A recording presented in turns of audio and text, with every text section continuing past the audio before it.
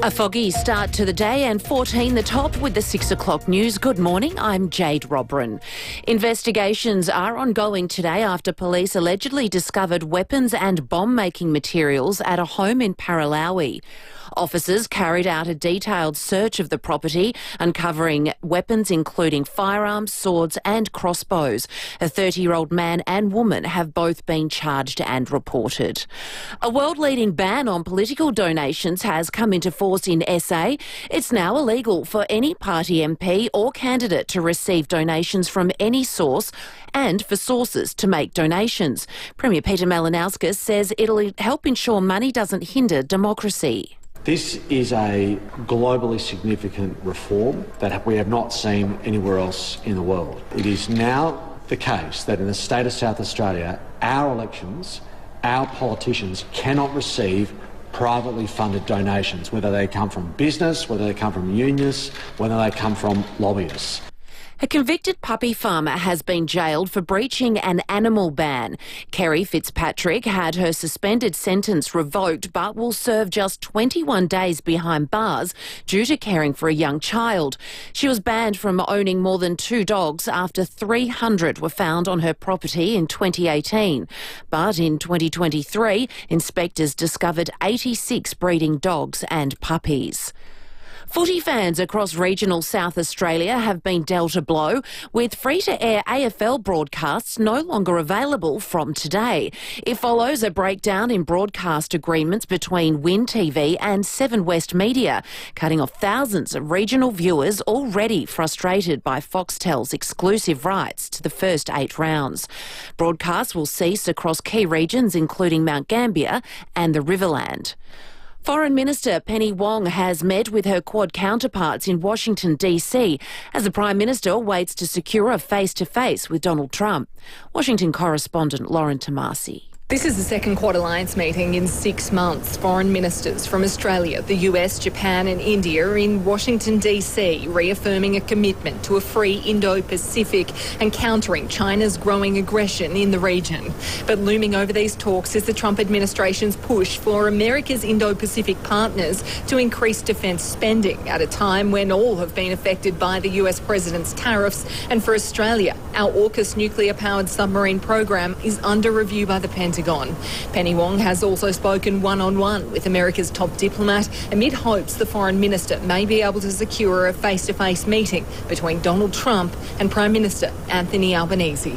A destructive bomb cyclone is lashing the New South Wales coast, with authorities warning residents to stay indoors. Up to 120 millimetres of rain and gusts reaching 125 kilometres an hour are expected. Some flights from Adelaide to Sydney have been cancelled or delayed this morning. Illuminate kicks off tonight in the city. Over the next 17 days and nights, light installations and shows will transform a number of locations. North Terrace, the Zoo, Adelaide Oval and the Botanic Gardens will light up.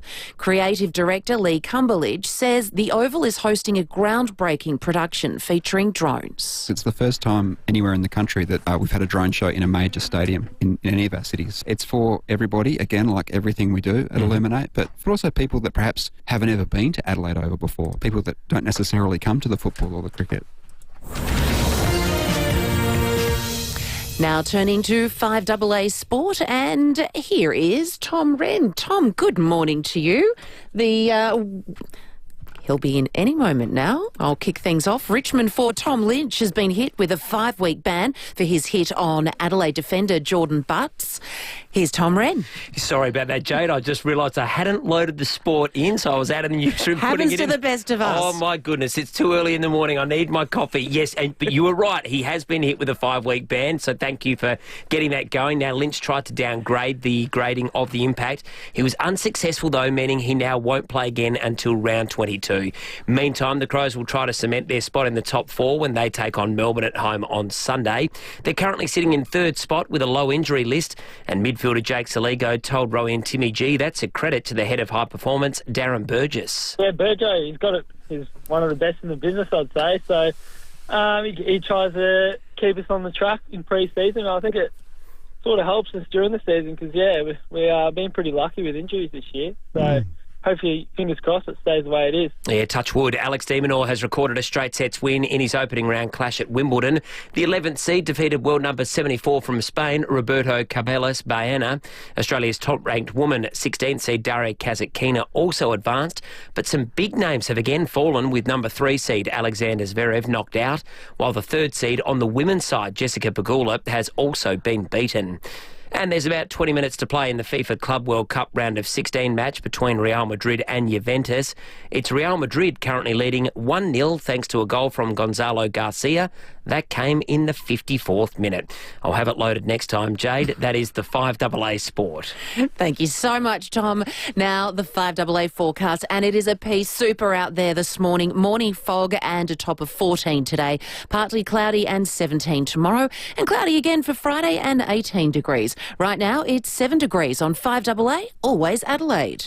Step back in time with the treasures of the Viking Age at the South Australian Museum.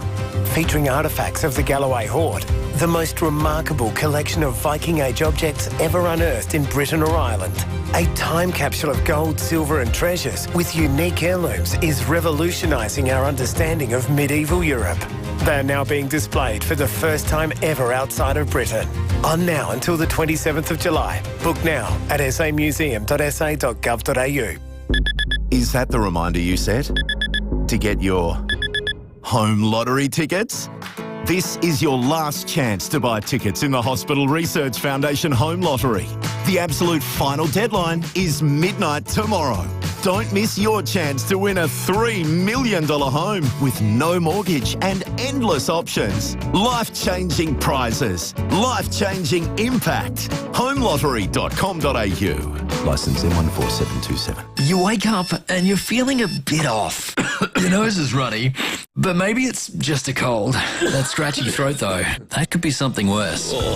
Test for COVID, Flu A, Flu B and RSV in just minutes with Cell Life, the premium 4-in-1 rapid antigen test. Fast, reliable results. Make the smart choice for your health and your family. Insist on the brand the healthcare professionals prefer. Cell Life at leading chemists and Amazon. CELLIFE. Unlock your next getaway with a chance to win one of 2 Crusader caravans, plus 50k in vouchers to be won nationally. Buy the advertiser, find today's code word and enter at winwithnews.com.au. T's and C's apply. T25/904. Gentlemen, is your need to peel a time getting in the way of your social life? Caruso's Peeless to the rescue. Caruso's Peeless contains Schisandra chinensis, a fruit extract traditionally used in Chinese medicine to relieve urinary frequency, plus zinc to support prostate health. So, if your need to peel a time is getting in the way of your social life, try Caruso's Peeless today. Caruso's Peeless comes with a money-back guarantee and is available from leading pharmacies and health stores. Always read the label and follow the directions for use. Across Australia,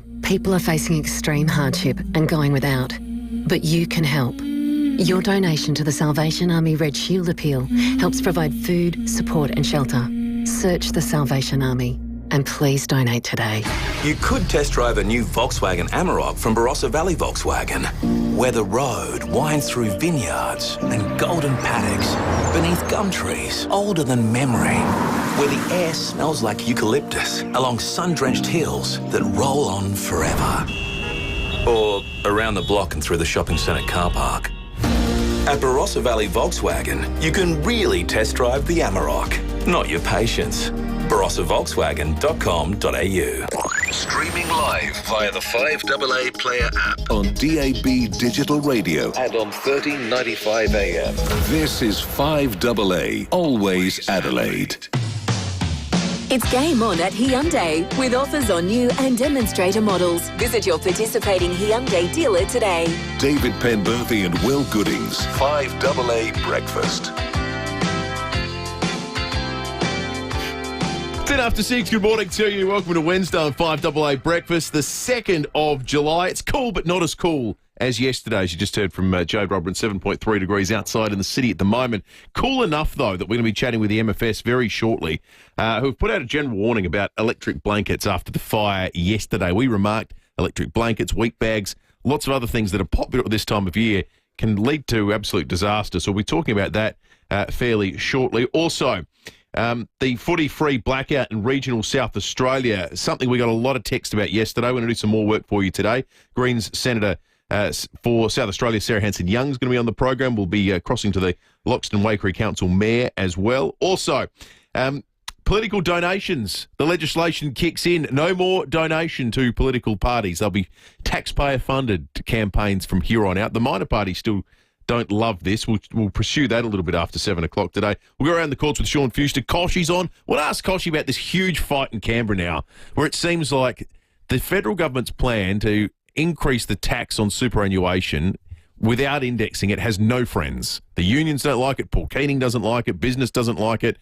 We're going to get Koshy's take a little bit later in the morning. David Penberthy, good morning to you. Good morning, listeners. Good morning. Well, yeah, Sally McManus, the head of the ACTU, yesterday came out and said, of course it should be indexed. Of course it should be indexed. Yeah, of course. Sally's right. It's just ridiculous. How can something never be adjusted on account of... Well, they did it with the tax brackets. Inflation? Well, I know. And aren't they laughing all the way to the budget surpluses on account of that? Like, it's, you know, if you took that out, the government would be absolutely stony broke. They would be.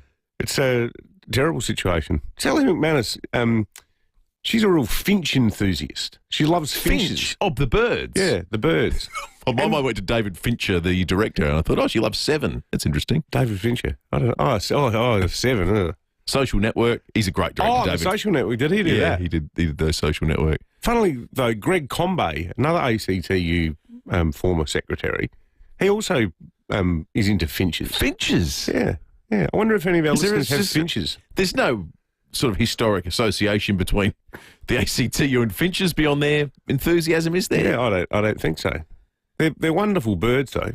The breeding of them is quite complicated, and a bit like our good mate Troy Holmes from the SA Budgerigar Society. People really get into that side of it. I reckon we'd have listeners who've got finches. If you've got a finch, let us know. 8223 text us on 0480 1395. At risk of inviting teasing and derision, foggy in the western suburbs this morning. I think it's a sea fog. It must be, because it's the moment you got past about driving on Grange Road towards the city. I reckon a bit past, it went from super thick to you get past Tapley's Hill Road and it started to dissipate. And then by the time you got to Port Road, it was totally gone. I know you're very particular about fog terminology. Yes, you know, I'm a pedant. Okay, so I'm not trying to sort of, beat you at your own game here. But is a sea fog different from a fog? I have no idea. In location? No, I actually have no. I wouldn't. Yeah. Like it's fog over the sea. Yeah.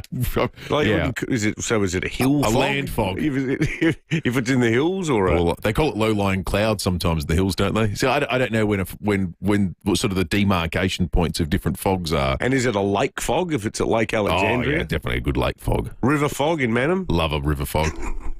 I don't know the origins of that, but it did seem to be particular to the coastal parts, and there's no evidence of it once you got into the city this morning, but it was very, visibility was down a fair bit when I was driving this morning, so do take care. I'll tell you what, I haven't used the term quite deliberately, Will, because I feel like it's too early to tease you, but that hasn't stopped Brent the Milky. Thanks, Brent. On the text line, Dave and Will, your resident 5AA Milky here. Trust you both nice and warm in the studio. Out here in the Barossa, I hate to say it, Will, it's an absolute pea super. It's that bad I can only do 60 in the 110 zone on the Sturt Highway. Even worse on the single carriageway heading to Truro with B doubles and road trains coming from every angle at you. I forgive Brent. He's the only person who goes out and it's 3 degrees and he gets out of his truck and it's somehow warmer. The man's driving milk around on cold days in the Barossa Valley. He's doing God's work out there. You don't actually need a refrigerated truck out there on a day like today. Unbelievable. Hey, this was a really nice story yesterday that got us thinking about our listeners and the origins of their names. John Farnham has become a grandfather. Did you see this? His 76th birthday was yesterday. Happy birthday to the voice. He and wife Jill's son James Farnham and his partner, Dr. Tessa Effendi, welcomed their son named Jet John Farnham last month. Jet John Farnham. He sounds like a rocker already. It's a cool sounding name. They're excited. They said they're over the moon about the arrival of their perfect, beautiful little boy. But he has John in his name. He's named after his father in part. We'd love to hear who you're named after. 8223 You can text us on 0480 1395. Some are familial. It's quite common in Greek culture, isn't it? And a lot of you go to any Greek wedding, you ask for Nick or Tom or Nick or Tom or Nick or Tom. Yeah, because you always get named after your grandfather, don't you? George or Connor George. Like it is almost always a 50-50 split. You name your kids after your parents. Mm-hmm. Funnily enough, not that we are Greek in any way, but my grandfather's William Goodings. Dad's dad is William Goodings. Yeah, I think it's nice. I love that tradition. Well, we've done that. So my daughter, her middle name is Tula, which is her yaya's name. Yep. And then Jim is Jim. James is christened James, but his grandfather's Dimitri. So, and he was Lovely. Jim as well. So those names live on. Kate's late father, Chris, who I never met. He died when Kate was doing high school at Dawes Road. That's Sam's middle name. And my beloved Uncle Fred, who died not that long ago, around the time Charlie was born, Charlie's got Frederick. So we're big on it. I think it's a really good thing. Who were you named? A lot of people might have been named, there might be familial connection, but for a lot of others, maybe it was celebrity, maybe it was footballers. My cousin, Earl, was named, his father, my uncle, huge Melbourne Football Club fan, named Earl after Earl Spalding, the ruckman, who I think subsequently went to Carlton. And so then he inadvertently named his kid after a footballer that moved to another club. I thought it was bad calling one of the cavoodles Paddy. Well, there you go. You did it with the dog. 8223 Let us know. See, we discussed that ahead of Sam's birth, but my wife, being a Bays supporter, said there's no way we're calling our son Jumbo Prince Penberthy. It's got a nice ring to it. Who were you named after? Let us know. We'd love to hear the story. 0480 1395 or call us 8223 With a Westpac home loan package, you'll save over $9,000 on interest in the first year alone that you can spend on whatever you like. I could finally get a parrot. Or maybe not.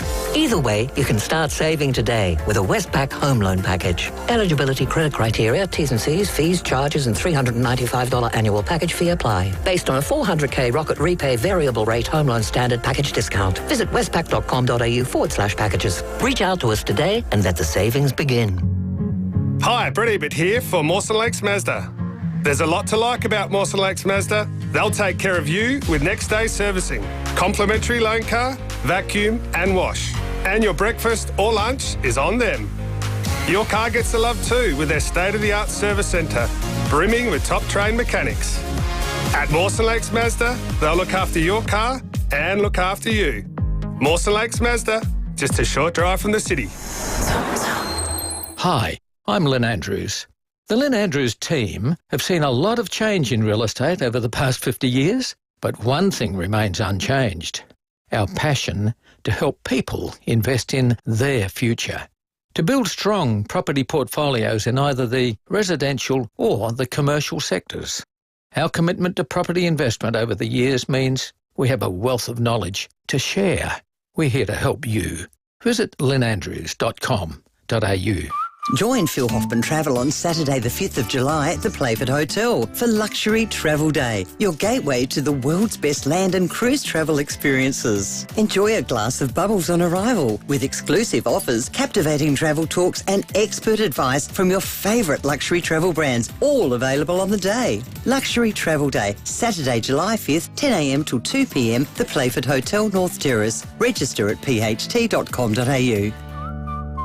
Hello, Frank Walker from National Tiles. The National Tiles famous annual winter spend and save is on now. Spend $4,000 will only charge you $2,750, or spend $2,000 will only charge you $1,450, or $1,000 will only charge you $750.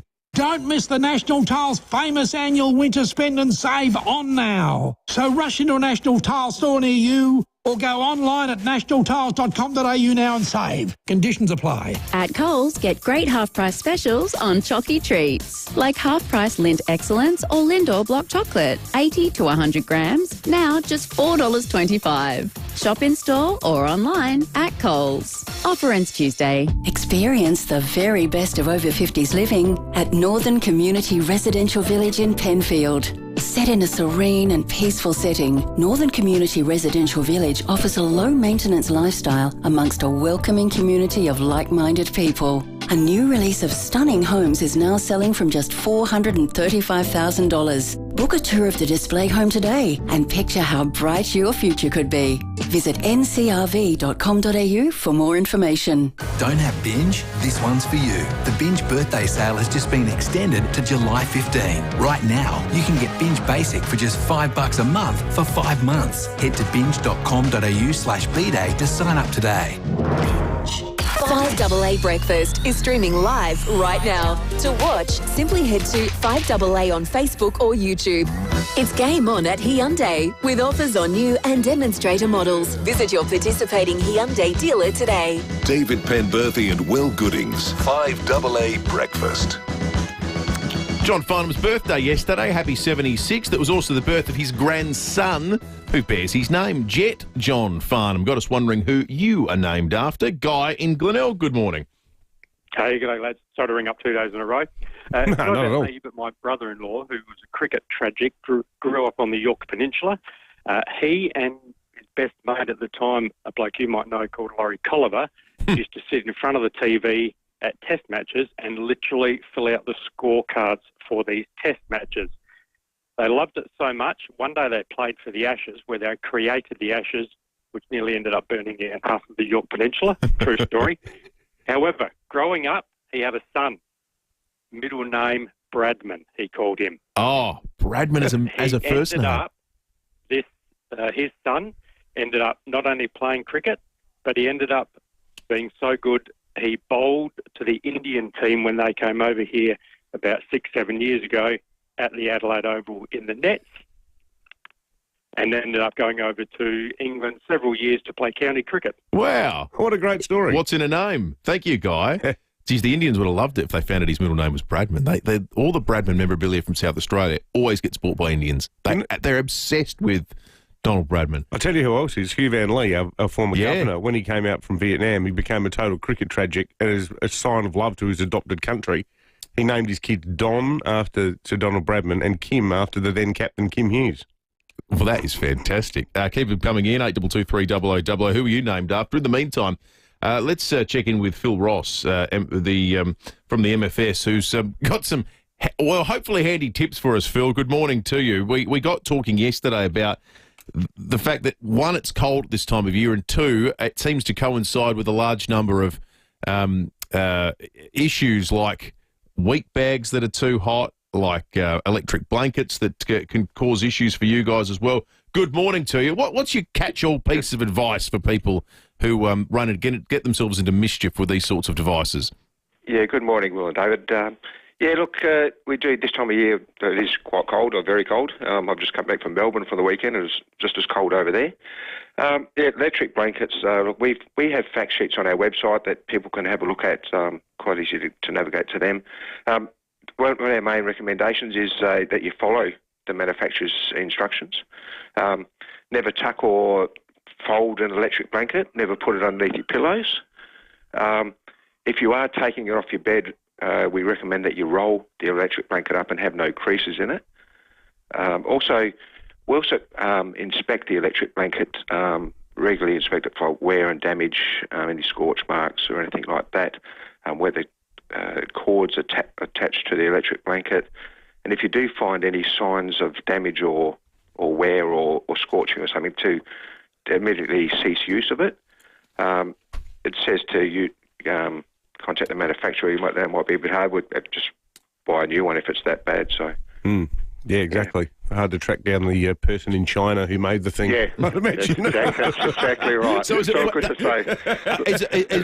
Is a huge part of the issue then, sounds like, Phil, you turn up to these places and the reality is they've had the same electric blanket for probably 25 years and the thing was just going to give up the ghost at some point. Yeah, that's the reality. That would have been the reality in my house as a kid, I would have believed. We had the same electric blanket forever, and most people have. So, yeah, we just recommend that you do check them because they do get damaged. It's a good reminder. It is a good reminder. Hey, Phil, before we let you go, I'm being told you're an absolute dynamo on the indoor soccer field, mate. Is it right that your opposition can't even set a field for you? Well, they do call me Golden Boot. Golden Boot. Ballon d'Or. Well, the Golden Boot, thanks for coming on this morning. We appreciate it. Thanks, Steve. Thanks for you guys. All right. That's MFS Commander Phil Ross with some important advice there. Worth everyone who heard that. Just checking on the electric blanket. I can remember an electric blanket we had that was so old. The switch on it felt like the old Rank Arena television knob. Like it had 3 settings, and you had to push them and go. It'd click into place, and it was almost like Braille. It had 3 raised dots for high, 2 for medium, 1 for low. If anyone in 2025 is using one that matches that description, I'd get a new one, I reckon. There might be. Yeah, maybe. Sally in Hillcrest, who were you named after? I was named after the actress because my maiden name was Field. Sally Field. They really like me. Wow. That's excellent, Sally. Do you have I'm referred to as the Flying Nun while I was growing up. Nice work, great. Sally. Thank you. Brett in Port Adelaide, who are you named after? You there, Brett? Hi, how you going? Good, mate. Well, my middle name is actually Russell. My mum and dad couldn't give me name to begin with. They were fighting over Brett or Russell, and they called me Russell as my middle name after the great Russell Ebert, and my first name is obviously after his son. Oh, wow. Have you got the whole Ebert family covered in your name? I was going to say, Russell's from Port Adelaide. I reckon I can guess the origin of. Thank you, Brett. Exactly. That was a terrific call. Keep them coming in. Who were you named after? 8223 0000 or some good text coming through to 0480 1395. Tom Wren is in the 5AA Breakfast studio with us. Morning to you, Rennie. Morning, Will. Morning, David. Boys, the tribunal last night, it was 5 weeks. I think probably about right, wasn't it, for Tom Lynch? So he tried to downgrade it, unsuccessful. It was described as an action from a bygone era. I think given Paul Curtis, we spoke about it yesterday, he got 3 weeks for a tackle that a lot of people didn't think would get any weeks.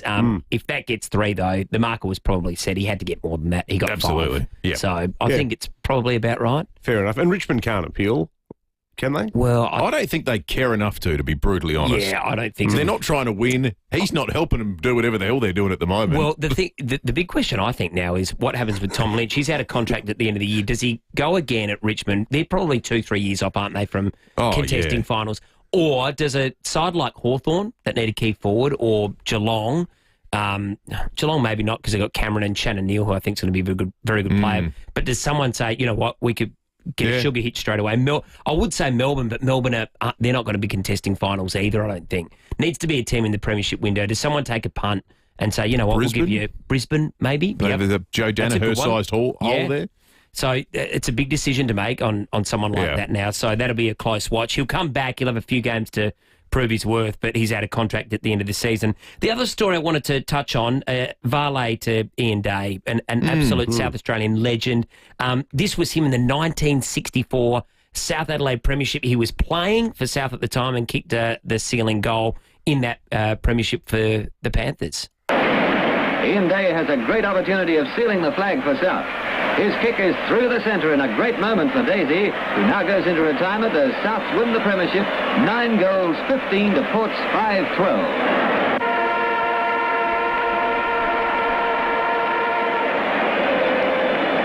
It's South's first flag since 1938, and their third in 29 years. And in all 3, they've defeated the famous Port Adelaide Magpies. It's great to hear that, isn't it? And he himself, he played at Western South, played 135 games. He's a South Australian Hall of Fame inductee. And he was a great player, but it's more for his broadcasting across 3 decades. At 7 and 9, the Samful, Adelaide Oval, Media Hall of Fame. He was a giant of the broadcasting industry. He was just fabulous with his turn of phrase and the way he, I guess, entertained. So a big loss to the media and football and community.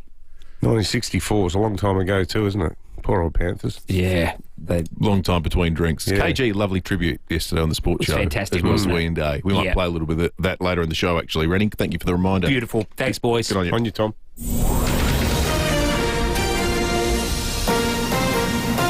This is 5AA News. Always Adelaide. A foggy morning and 14 the top with the 6:30 news. Good morning, I'm Jade Robran. The extensive search for the missing remains of 39-year-old Julian Story in Port Lincoln, who was allegedly murdered and beheaded by his partner, has been paused for now. The search, covering reserves, parks, bushland and the ocean, may resume at a later date, but investigators are reviewing CCTV footage. His family has thanked all those involved for their compassion at this time. The toxic algal bloom is continuing to spread, with early testing now detecting it at West Lakes. Further sampling is underway around the port as experts warn the coastal outbreak could take up to a year to clear. Independent MP Frank Pangallo says he's wearing it as a badge of honour to be mocked by the Premier. The former journalist is being linked to a possible alliance with the opposition ahead of the next state election. But Peter Malinauskas isn't phased, saying he's not concerned about Pangallo teaming up with the Liberals. It tells you everything you need to know about the state of affairs within the South Australian Liberals, that their best candidate for a marginal seat is Frank Pangallo. It tells you everything you need to know. Travellers heading to Adelaide Airport this morning are being advised to check for flight updates as wild weather wreaks havoc in New South Wales. SES crews have responded to more than 2,300 incidents since the system began lashing the state's coastline. The Prime Minister says he'll meet the US President in coming months as the Foreign Minister prepares to push for a tariff exemption. Penny Wong is in Washington DC for talks with her counterpart, but a meeting between Anthony Albanese and Donald Trump is yet to be locked in. Mr Albanese says Australia will continue pushing to be spared with Mr Trump's tariffs. The President has a view about tariffs. It's different from Australia's view, and it must be said that it's different from past President's view as well, and what most economists realise, that free and fair trade is a good thing for the world. Meantime, the feud between Donald Trump and Elon Musk has been publicly reignited, with the US President threatening to deport Musk and strip federal funds from his business for criticising his spending bill. Trump also suggested the government's cost-cutting agency could be turned against the world's richest man. We might have to put Doge on Elon. You know what Doge is? Doge is the monster that might have to go back and eat Elon. Wouldn't that be terrible? He gets a lot of subsidies. The National Children's Commissioner is calling for urgent action to prioritise safety in childcare centres. 1,200 Victorian children are being offered STD testing after a childcare worker was charged with 70 sex and child exploitation offences. Commissioner Anne Holland says more must be done to keep children safe. This is not just a problem for Victoria or for New South Wales or any particular state or territory. It's a national problem. The lack of action is a sign that we've not made child safety and wellbeing the priority it should be. Fires are continuing to tear through parts of Western Europe as the continent is gripped by a heatwave. Edward Godfrey reports. London has hit 34.7 degrees. That was recorded at St James's Park. England recording its hottest June on record. Some parts of the country 3 degrees higher than average. We're stuck in what's been called a heat dome. Portugal and Spain also shattering their June records. In Italy, sadly, 2 people have died from heat-related incidents, and outdoor work has been banned in 13 regions. In France, it's reached 40 degrees. In Paris, they've closed the top level of the Eiffel Tower to tourists. The weather has sparked wildfires further across in Turkey for the second day running, with 50,000 people evacuated from around Izmir in the country's west. In London, Edward Godfrey, 9 News. Now turning to 5AA Sport, here's Tom Wren. Thank you, Jade. The AFL's legal representative has described the punch by Richmond's Tom Lynch on Adelaide's Jordan Butts as an action from a bygone era. Lynch was suspended for 5 matches at the tribunal. His roundhouse hit graded as intentional conduct, severe impact and high contact. Meantime, Sydney star Nick Blakey admits he didn't give much thought to the SCG surface during last week's loss to the Western Bulldogs. Clubs have expressed safety concerns over the Swans' home ground, but Blakey has told Fox Footy it didn't bother him. It's honestly not something that was in my head at the time, and going into contest I wasn't thinking, God, I've got to slow down a bit because I might slip over or anything like that. It's just you're going hard and sometimes you might lose your footing if it is a bit unsteady underneath. Aussie Alexander Vukic is into the second round at Wimbledon for the 3rd consecutive year. His next challenge is Yannick Sinner. really nothing to lose, so he'll be the one feeling the pressure. So I got to, do my best, play well, serve well, and give it a crack. Newly adopted Aussie Daria Kasatkina, Alex de Minaur and Rinky Hijikata are also through. Real Madrid is into the knockout stages of the FIFA Club World Cup, into the quarterfinals now following a 1-0 win against Juventus. And there's already been some huge results in this tournament, with the biggest coming from Al Hilal, who stunned Manchester City 4-3 in extra time.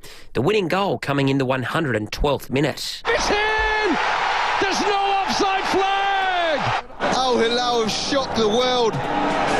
Saudi football has arrived. Audio there thanks to Fox. Borussia Dortmund will take on Monterrey in another clash later this morning.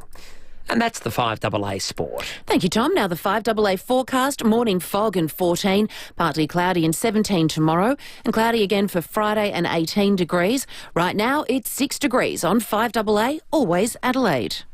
It's game on at Hyundai with offers on new and demonstrator models. Visit your participating Hyundai dealer today. David Penberthy and Will Goodings, 5AA Breakfast.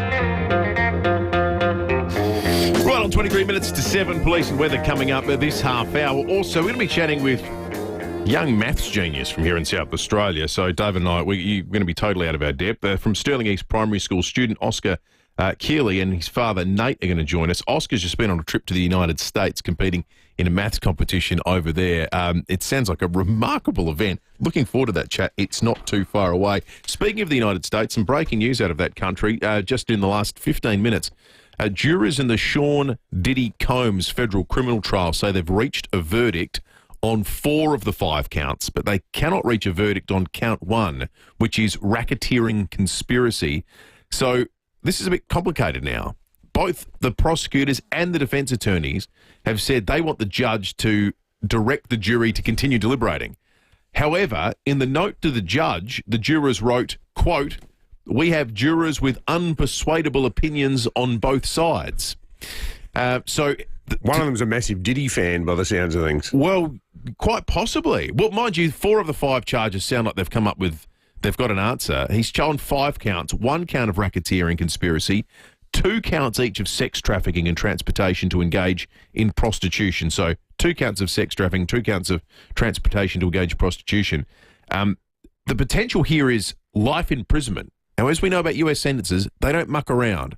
So this is the outcome of this trial is going to be huge one way or the other, but there is a sticking point on the issue of the racketeering charge. So we'll find out what the judge ends up directing the jury to do, but the strength of the comment from the jurors would suggest they've tried to hash it out and it's going nowhere.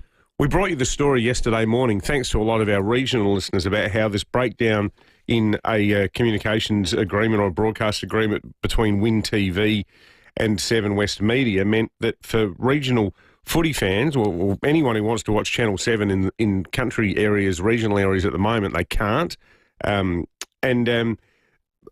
that, though, on July 1, the deal between the AFL and Foxtel has resulted in the fact that football games are no longer going to be shown on Saturdays on free-to-air television. Sarah Hanson-Young, the Green Senator, has been leading the charge against this state of affairs, and we have her on the line now.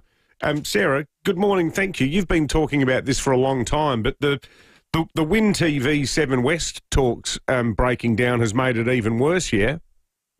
Yeah, that's right. I mean, this is just the latest blow for those of us who love to watch our sport and enjoy that with friends and family, and should be able to do it free of charge. I mean, it was about a year ago that the Parliament was debating legislation. This is in Canberra, and I raised the alarm that if we didn't get the settings right, that whether it's football fans or cricket fans, netball, and we know now the soccer, we don't get this right, Australians across the board are going to be locked out because the rules are not fit for the modern age. Now, I tried to move some amendments to this. Both the Labor Party senators and the Liberal Party senators voted those down. I was warning that this was going to happen. Well, now it is happening, and when Parliament goes back mid-July, I'm going to re-agitate and push for this to be fixed, because we have these rules that say certain sporting events have a cultural significance. They're important to us. They're important to us as a community. They're important to us whether you're from South Australia, in the city, in the regions, or anywhere else in the country. And the reason we have these rules so that people can access it is because we acknowledge that it's good for people's health, it's good for social cohesion. But clearly the rules are not working. Well, I'm just wondering in this specific instance, Senator, how do you legislate around a breakdown between two private entities? Yeah, look, I think that's obviously difficult. And it's interesting putting out a press release yesterday and, boy, we got some instant responses. Channel 7 have been on the phone saying they want to talk. So the media companies themselves are nervous. But my point here is that the settings aren't there to protect Australians. So I'm sure there's things that can be done to help that relationship between Win and Seven, but you shouldn't have to be forced. If you can't get free to air through your television, you shouldn't be forced to have to pull out your credit card, sign up for KO or sign up for Prime or Amazon just to be able to watch the cricket or the footy. It just isn't Australian. It's not cricket, and we need to fix it. Well, we were talking a few weeks ago, Sarah, about the situation with some of the final Socceroos qualifiers for the World Cup. Well, I'm a soccer nut. I had to take out a Paramount subscription. Now I'm lucky, A, I can afford it, and B, I've got one of the TVs that's designed to handle apps and everything. But heaps of our listeners who don't have either the money or the technology just went, well, that's it, I can't watch the game. So do we need a proper review of the anti-siphoning laws? Because they look like they're out of the ark. That's right. We absolutely need a review of the anti-siphoning rules because obviously more and more people are moving towards having smart televisions, and you can't have a set of rules that says sport's important for the community to watch and certain games are of cultural significance, but only if you have an aerial plug television. And more Australians are moving to smart televisions, whether that's through the actual TV or being able to watch on your phone or your iPad and streaming. And those games and those sports should be free to access, whether it's through the aerial or through streaming. And at the moment, the rules only care about the aerial connection, and they don't care and don't even consider whether you're watching it digitally. And that is just not fit for purpose. Then we need the rules revised, we need them fixed, and we need to make sure that they're fit for purpose. Sarah Hanson-Young, thanks for that. As I said at the start, we know you've been very vocal on this and our listeners are cheering you on for that. We've also got Trevor Norton, who is the Mayor of the Loxton Waikerie Council, on the line. Mayor, good morning. Thanks for joining us. What's the situation like for you? We're good, thank you. We're good, thank you, Mayor. We hope you're well too. This is a pretty miserable situation for regional sports fans, isn't it? Yeah, it certainly is. It's not just sport, guys. It's the other it's the 3-7 channels that people rely on, and it's not really all just about whether you can afford to do it or whether you have the TV to do it, but do you have the network coverage in our area to actually receive it if you're streaming it? And as you say, like when we were getting texts about this yesterday from country listeners, you guys, the situation we're in now, it's not just footy, it's everything. It's the news, it's soap operas, it's everything.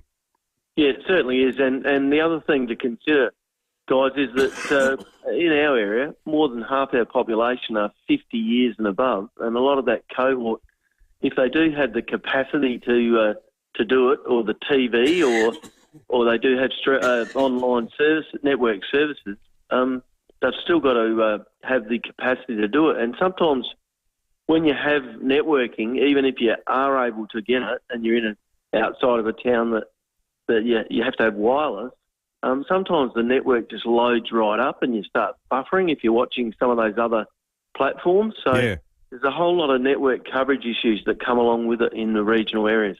Do you feel like you guys get much uptake on this from city politicians? I know our local federal MP, Tony Passon's out there running a petition, and he's aware of it, as was your previous guest. But, I think at the end of the day, we've also had some uptake on getting the AFL to perhaps step in and and do their bit for their sport. But once you start breaking it down like that, you really miss the key issue, which is, in our case, network coverage, even if you have the capacity to do it all. Yeah. Trevor Norton there, the Mayor of the Loxton Waikerie Council. Thanks for that.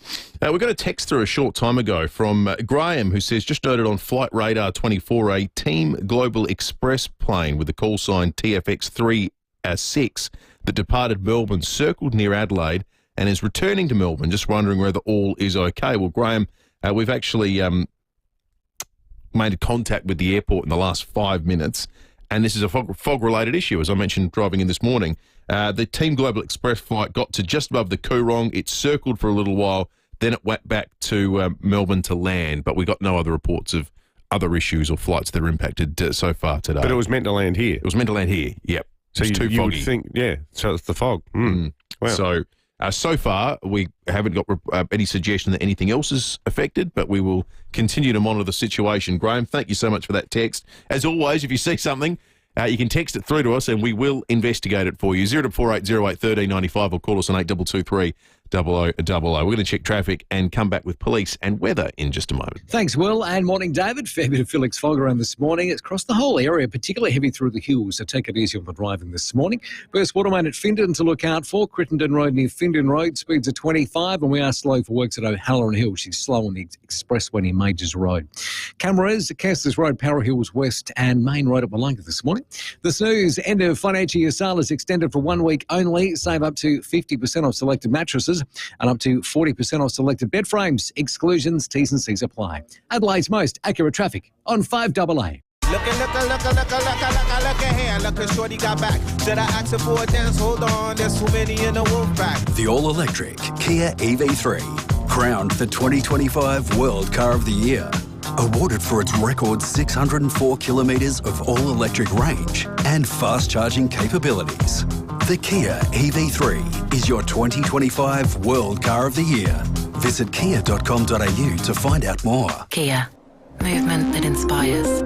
Illuminate Adelaide is back from the 2nd to the 20th of July, bringing late nights, bright lights and big adventures. Hidden gems and iconic institutions will be transformed into a citywide spectacle of free and ticketed events, all held on Ghana country. There's something for everyone to enjoy, with exciting music, art, food and immersive events waiting to be discovered. Let your curiosity run wild this July. Book now at illuminateadelaide.com. This is your last chance to win a brand new home. The Hospital Research Foundation Home Lottery final deadline is midnight tomorrow. You could win the $3.3 million grand prize, including $250,000 cash. And by purchasing a ticket in the Hospital Research Foundation Home Lottery, you can be proud that you're funding life-changing medical research to find cures and improve care for all South Australians. That's right. Live the dream mortgage-free in a fully furnished Scott Salisbury home, or just sell up and cash in. Winning the grand prize home means that you will have options. Last chance tickets are selling now. Buy before midnight tomorrow. Win the $3.3 million grand prize. Get your tickets at homelottery.com.au. Life-changing prizes, life-changing impact. If you've seen Aldi's low prices, you may have thought they're having a sale, but they're not. And here's how you can tell. If there was a sale, there'd be a horn going... Wee, wee, wee, wee. And I'd be shouting, "It's a celebration!" as starbursts flash and confetti explodes. But there's no sale. Just low prices every day at Aldi on everything from fancy stuff like Lacura neck firming cream to bread, milk and ankle grinders. Aldi, good different. It all started in the back shed. Maybe it started early. Or late. Either way, the Olympic Industries sale means there's no need to wait. With big savings on our entire range of SA-engineered sheds, garages, carports and verandas, you can afford to start something big, tough, or tasty in your own backyard. Start something with the Olympic Industries sale. On now. Illusion and Ultimate Gas Log Fires and Wood Heaters massive stock take sale on now. We're not counting it. We're clearing all current heaters in stock. Buy Australian made now and save thousands. 355 Main North Road, Enfield. Illusionfires.com.au. It's game on at Hyundai with offers on new and demonstrator models. Visit your participating Hyundai dealer today. David Penberthy and Will Goodings, 5AA Breakfast. 10 to 7. Let's talk about the weather because it's actually on the way down still at the moment from where we started at 6 o'clock. David Crockett, the Weather Bureau, has all the specifics for us. Morning to you, David. Morning, gents. How are you? Yeah, not too bad. It's still getting chillier here on this Wednesday morning. Yes, it is. We actually, the temperature dropped early in the night, but then it actually it stayed pretty steady for much of the night because there was quite a bit of fog around the city, much of which has cleared now. The airport was affected as well, but it's just cleared in the last couple of minutes. So there's a couple of flight cancellations there on the board this morning. But with the fog clearing from the city recently, the temperature has just dropped to 5.6 just in the last couple of minutes, and it might drop maybe a touch further before the sun comes up. So another chilly morning, and as I say, there was some fog around, but much of it has cleared offshore now. So most of the city, it's crystal clear at the moment. So, David, from what you just said, there were a couple of cancellations at the airport, but it sounds like the fog's lifted, so that should not be an issue now, hopefully. Yeah, hopefully. It can be the case that there's quite a bit of fog and low cloud out in the Gulf at the moment, and it can sort of turn around and come back on shore in the sort of mid to late morning. So the airport, there might probably be some low cloud there later this morning, more so than fog, but it's kind of out all on the Gulf at the moment, so it can kind of threaten there for a while before it clears properly, but I think we're through the worst of it now. That's good. How are we looking going into the weekend for the start of school holidays? Yeah, look, things are looking, it's a bit of a mixed bag, I suppose. We'll be warming up, that's the first thing to say. So only a top of 14 today, but then 17 tomorrow and 18 on Friday as the winds turn around to the north. But then we will see a period of wet weather, so some showers developing probably later in the day on Saturday and a northerly breeze, so a top of 17 there. Sunday, 16 degrees and some showers around. It could be a bit miserable at times on Sunday with some fairly drizzly sort of showers, particularly in the afternoon, so that could impact the footy on Sunday afternoon as well. And then Monday, it'll be 17 degrees and clear for the most part, but then maybe some showers later in the day. It'll be pretty windy on Monday too and overnight into Tuesday. And so a stronger cold front arriving on Tuesday with a top of 16 and possibly a fair bit of rain with that system next Tuesday. All right, good stuff, David. Thanks, Thank you, David Crook at the Weather Bureau. Let's head to Safe Bowls. Senior Constable Holly Frisbee joins us. Holly, police are investigating after an explosive device or devices were found at a house in Woodville Gardens. Yeah, good morning, Dave and Will. That is correct. Just after 11 o'clock last night, police and emergency services were called to a house on Liberty Grove after a person reported that a gas bottle with fireworks attached had been thrown into the front yard. The fireworks were lit, but no damage was caused and no one was injured. SAPOL's bomb response unit attended and safely retrieved the item. Investigations continue, and anyone who may have witnessed suspicious activity in the area is asked to call Crime Stoppers on 1800 333 000. Holly, also, a bloke's been arrested in Ascot Park for driving disqualified. Yeah, so some great work coming out from Southern District Patrols overnight with police stopping a Subaru station wagon travelling on Wood Street just after 11 o'clock. Police stopped the car and conducted checks on the sole occupant, a 52-year-old Craig Moore, which showed he was currently disqualified from holding a licence. Police searched the Subaru, locating a security uniform, head torch and lockpicks. The man was arrested and charged with drive disqualified and possess an article to commit an offence. His bail has been refused and he will appear in the Adelaide Magistrates Court later today, and inquiries are ongoing in relation to that security uniform. Good work there, Senior Constable Holly Frisbee from SAPOL. Imagine sitting at home and seeing a gas bottle with fireworks attached being thrown over your neighbour's front gate. Unbelievable. Just an insane story. This is an excellent story. Oscar Keeley is a 10-year-old maths guru who beat out 200,000 applicants and 24 competitors at the 2025 NBA Math Hoops Global Championships in the United States. Oscar and his father, Nate, join us on 5AA Breakfast now. Oscar and Nate, good morning to you. Good morning. Good morning. So explain to us, Oscar, what are the NBA Math Hoops and how does it work? So the NBA Math Hoops is a board game that involves maths and basketball. So how it works is you roll the dice, you plus them, subtract them, times them and divide them, and then you take your player and have a spin. So it's sort of, you can have like your favourite NBA player is doing the spinning for you. Is that how it works? Yeah, so you have little cards that have stats on them, and there's this little circular spinner with a little arrow on it. Yeah, right. Flick, and that determines if you make the shot or not. Well, you're the maths genius, Oscar. Will and I certainly aren't. We don't know anything about don't maths. ask us something. But I've got to say, I reckon the odds of you being one kid from Stirling East Primary beating 200,000 applicants are pretty long odds. Yep. Have you always found maths easy, Oscar? I've not always found it very easy, but I've found it always very fun. That's half the battle, isn't it? When did you know you had a maths guru on your hands, Nate?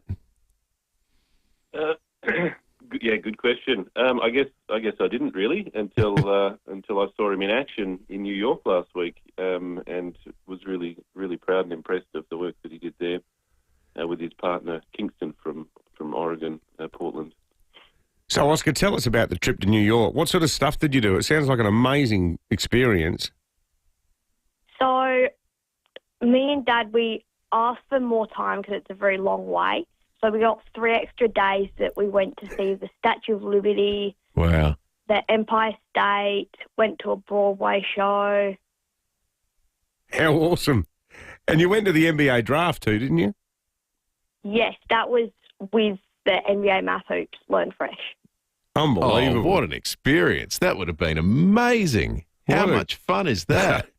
I reckon Dad would have had a pretty good time too. Yeah, absolutely. That was a very special experience. And Oscar and the other competitors got to go behind the scenes at the draft. They were down on the red carpet meeting the players beforehand, and then were down on the floor of the draft making a race for them to run through with high fives and cheers as they made their way onto the stage. So it's once in a lifetime money can't buy. Who'd you meet, Oscar? Pardon? Who did you meet? Which players did you meet? All of them. All of the top 10. Wow. So when Cooper Flagg's the best player in the NBA, you're going to be able to say, I was there the day he got drafted. That's pretty cool. Oh, Oscar, what an experience. How good is that? Well, congratulations to you. I tell you what. That's a great story. I wish they combined maths in the NBA when I was going through school. It was just graph paper. There's a reason I'm sitting here and not doing anything else with numbers. Congratulations to you, Oscar. Terrific story. Good on you. Thank you. That's Nate and Oscar Keeley from Stirling East Primary School, travelling to the US for a maths competition like none other.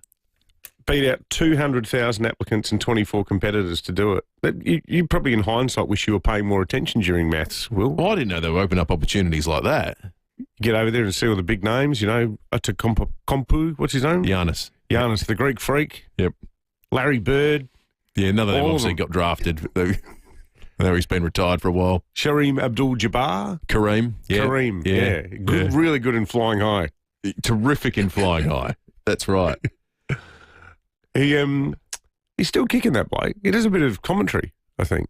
Oh, he's not a recluse. He doesn't like talking a lot. He's a real intellectual. He's really a very thoughtful guy. Yeah. Fascinated to hear spoken about, and too, but he doesn't do a lot. He doesn't love coming out.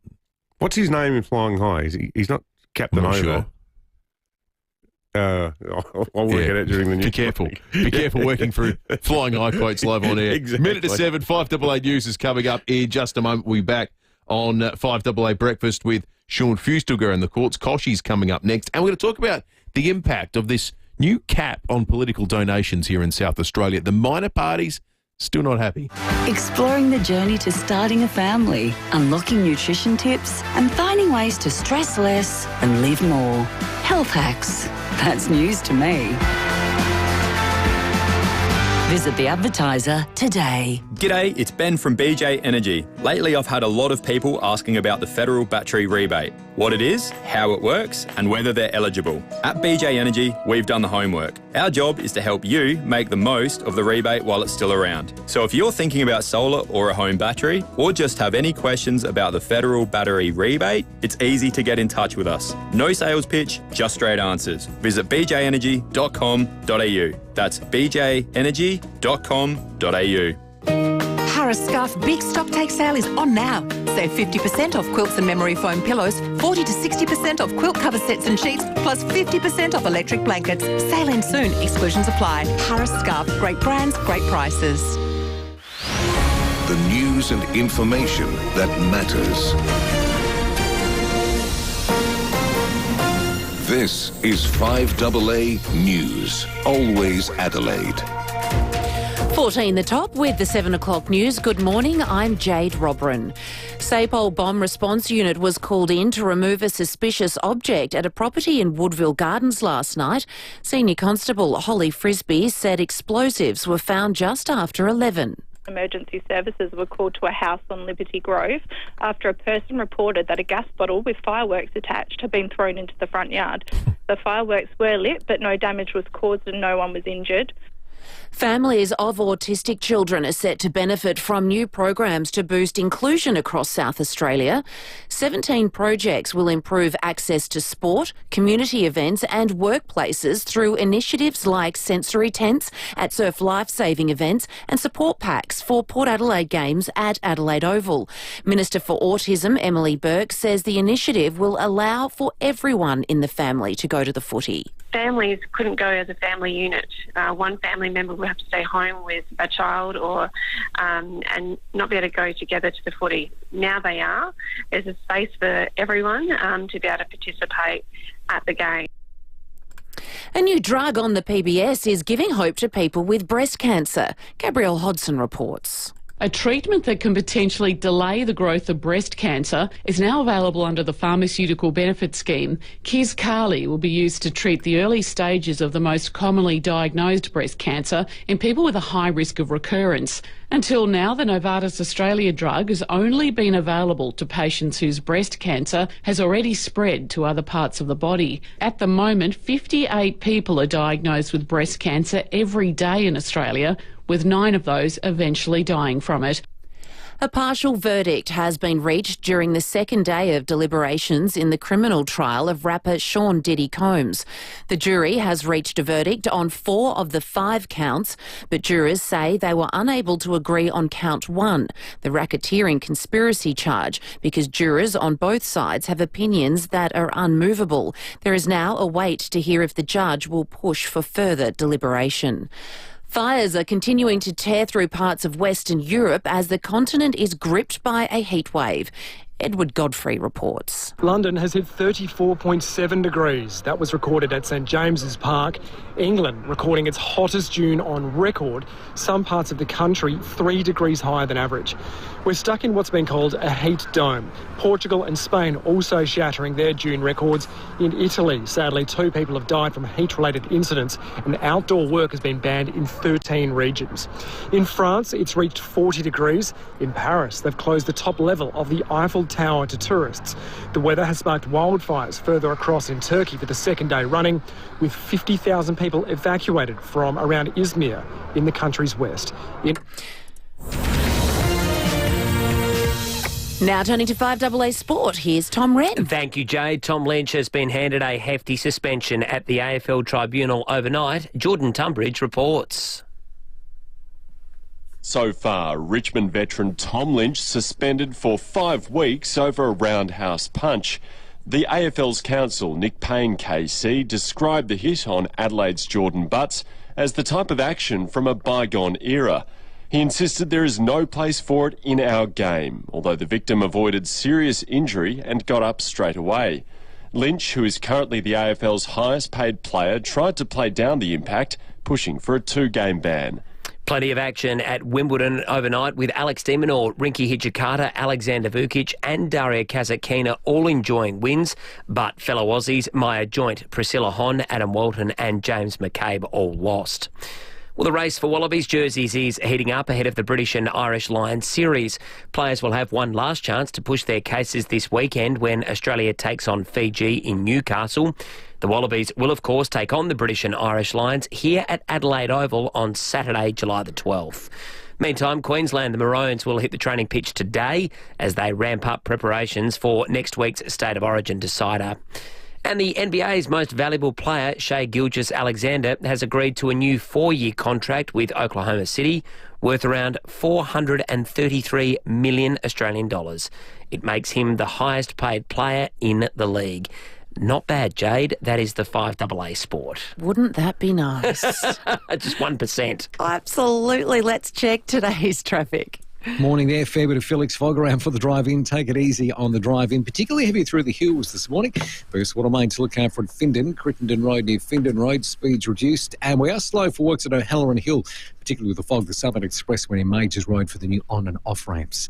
Cameras, Grands Gully Road, Clarendon and Grenfell Road at Banksia Park. When the lucky country isn't so lucky, lucky you with Amy. Before buying insurance issued by Amy, read the PDS and TMD at amy.com.au. Adelaide's most accurate traffic on 5AA. Now the 5AA forecast. Morning fog and 14, partly cloudy and 17 tomorrow, and cloudy again for Friday and 18 degrees. Right now it is 6 degrees on 5AA, always Adelaide. Thinking about downsizing? Discover Northern Community Residential Village in Penfield. New homes in the latest release are now selling from just $435,000 with no stamp duty, no council rates and no exit fees. It's a smart financial move. Northern Community Residential Village offers secure, low-maintenance living in a friendly community of like-minded over 50s. Embrace your next chapter in style and comfort. Visit ncrv.com.au to book a tour of the display home today. One minute you've got a life in front of you and you're happy and you've got your family, and the next minute you've got nothing. And I thought to myself, this is the end of my life. I don't know where I'm going to be tomorrow. But Hutt Street Centre straight away made me feel like I'm safe. I'm comfortable. There is another day tomorrow and it's going to be a bright day. That's what Hutt Street is to me. This winter, help bring warmth and hope to people who need it most by making a donation. Visit huttstreetcentre.org.au. G'day, it's Ben from BJ Energy. Lately I've had a lot of people asking about the federal battery rebate, what it is, how it works and whether they're eligible. At BJ Energy, we've done the homework. Our job is to help you make the most of the rebate while it's still around. So if you're thinking about solar or a home battery, or just have any questions about the federal battery rebate, it's easy to get in touch with us. No sales pitch, just straight answers. Visit bjenergy.com.au. That's bjenergy.com.au. This is the sound of chef and business owner Tom sleep-talking. Yes, chef. So many bills. Team happy. Keep the team happy. He's feeling the pressure of running his own business, and it's costing him sleep. Bills. But it doesn't have to. Westpac Small Business Solutions can help keep the cash flowing and get Tom a good night's rest.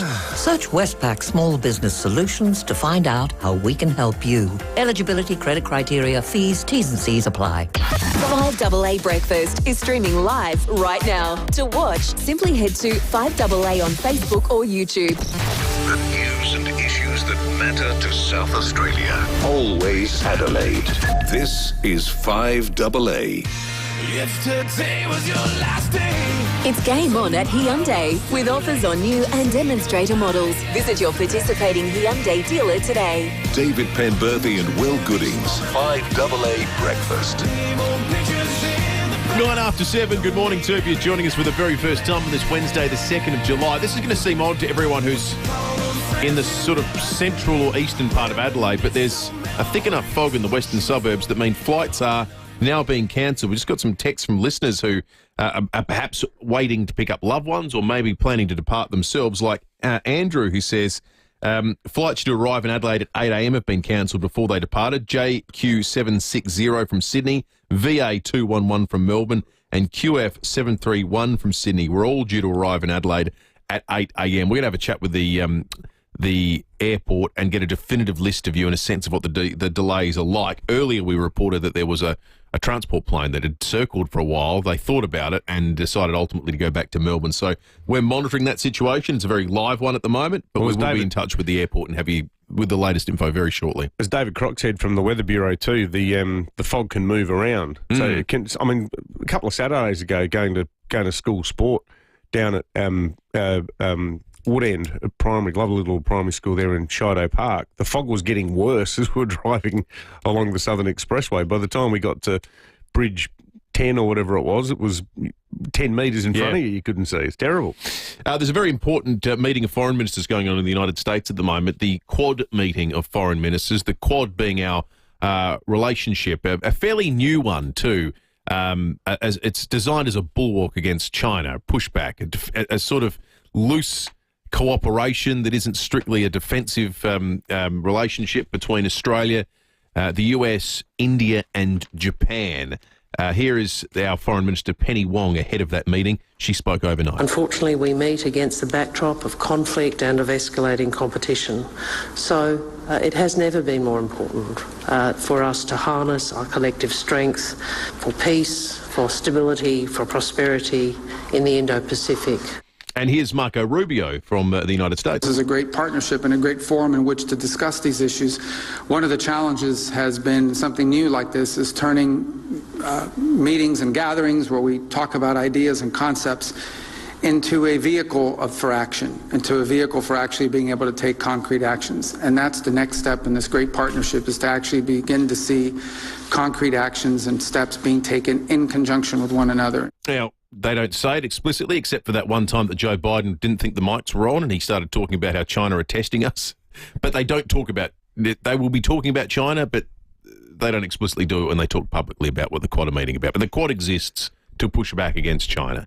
Still no sign of a meeting between Albo and Trump. Trump seems to be quite distracted again with the spectacular reignition of his blue with Elon Musk. So Elon Musk is saying now, for those that haven't caught it, that now the big beautiful bill has passed the Senate, it's gone back to the House. If it goes through, he's saying he will be funding the campaigns to run against everyone who voted in favour of it. He says because it's a betrayal of what he supported the Trump campaign on, running on this idea of frugality.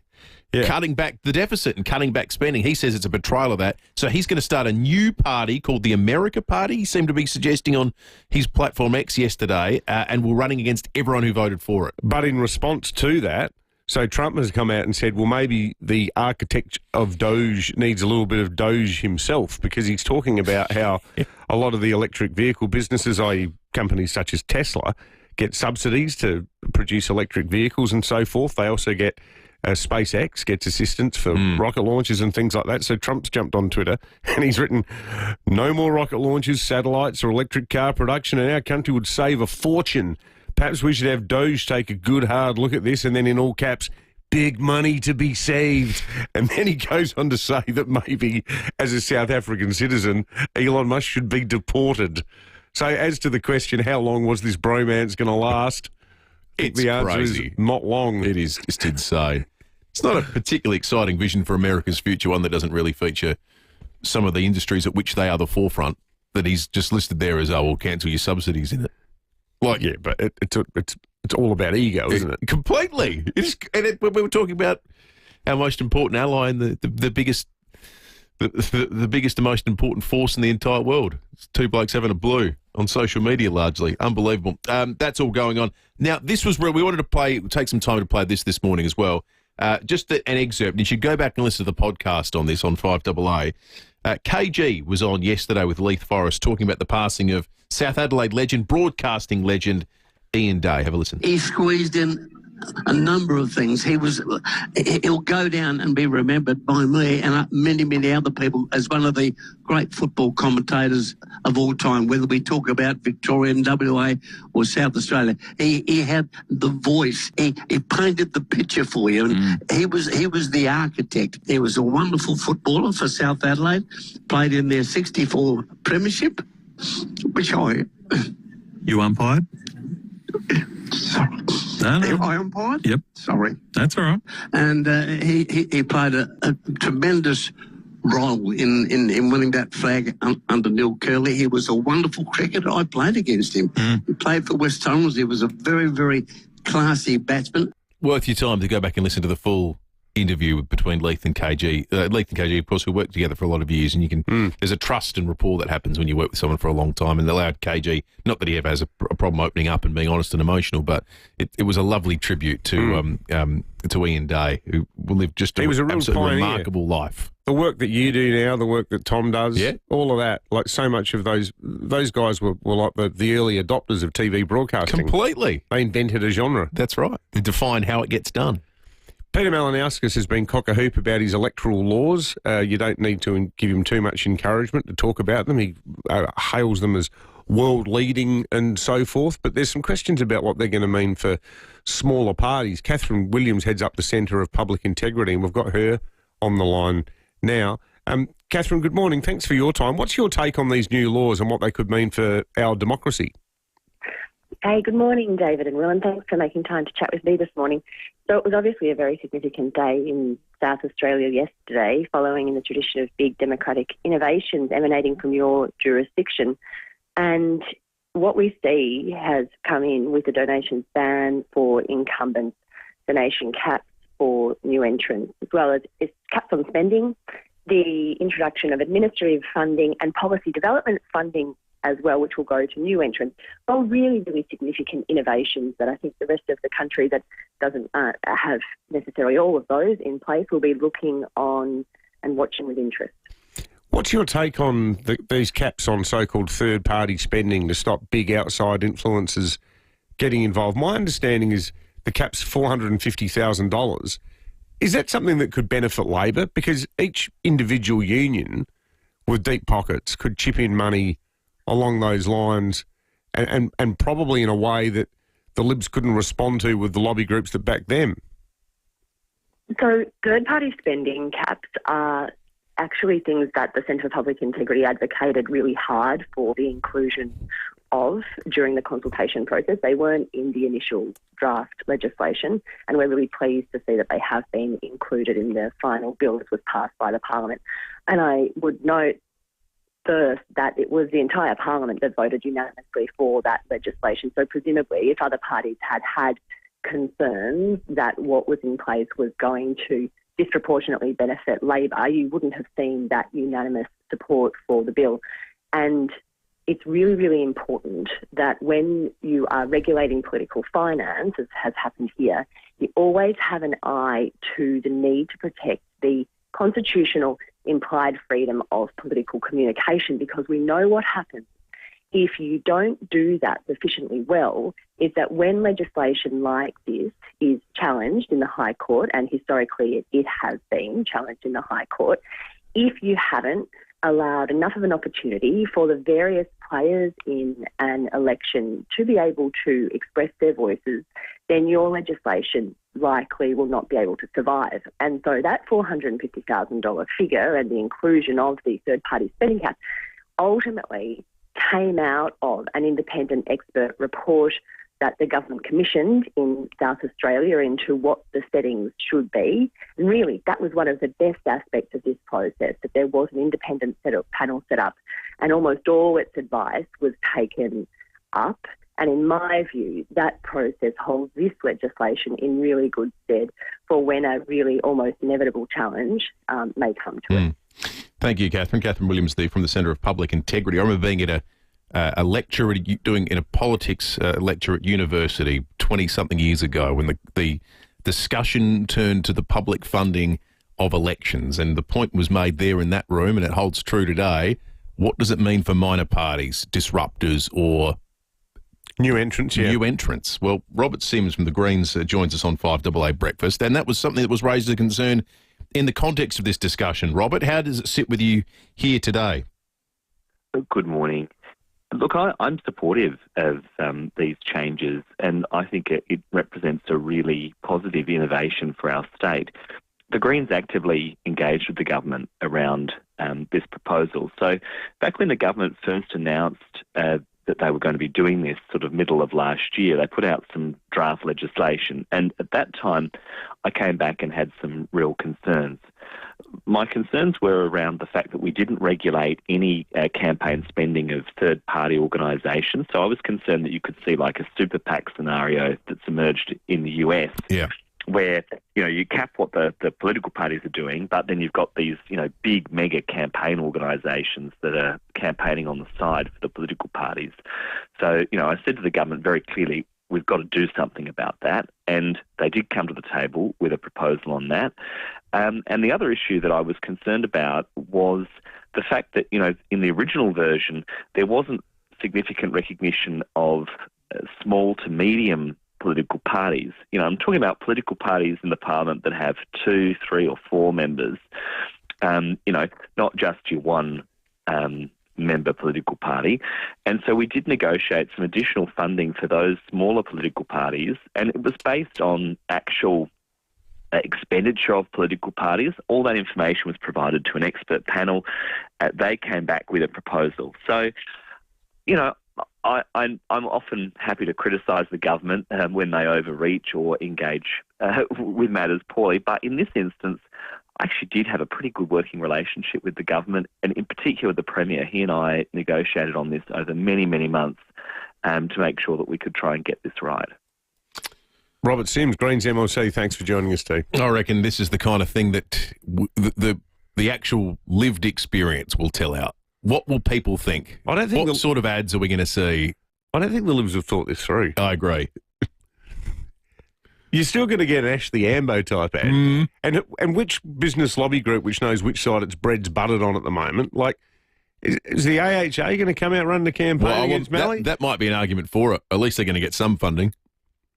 Is the Business Council of South Australia going to come out and go to war with a government that's probably definitely going to win the election next year? I'll say this in defence of the Libs. There have been elections in the last 20 years where they've gotten into the campaign into the last week and they've had to pass the cap around just to get an ad off the ground. Because the perception is there's not that many funding sources for them here in South Australia. I reckon they've probably crunched the numbers long term and said there will be times when we're doing well that this is going to hurt us, but when we're struggling, this is probably going to be of benefit. I know of at least one really major example, where if not for a very, very well-off South Australian, there may have been no ads running in the pre-election campaign. So I wonder if they've just on the balance of things said, you know what? I think there's another story. It gives us a higher floor. I don't want to sound like some tinfoil hat guy. Why are so many upper house MPs going independent? Why is Tammy Franks going independent? Why is Sarah Game going independent? Is there some funding issue here that benefits them doing that? I'm not saying in a personal sense. I don't know. There seems to be too much weird upheaval going on, and I wonder if it links to the donations changes. All right, we might... the funding changes. We might... I don't know. It's weird. I can't work it out, but I just... it's a sudden and strange change. All right. The Premier of South Australia has called in, having listened to this discussion. Premier, good morning to you. Good morning, Will. Good morning, Penbo.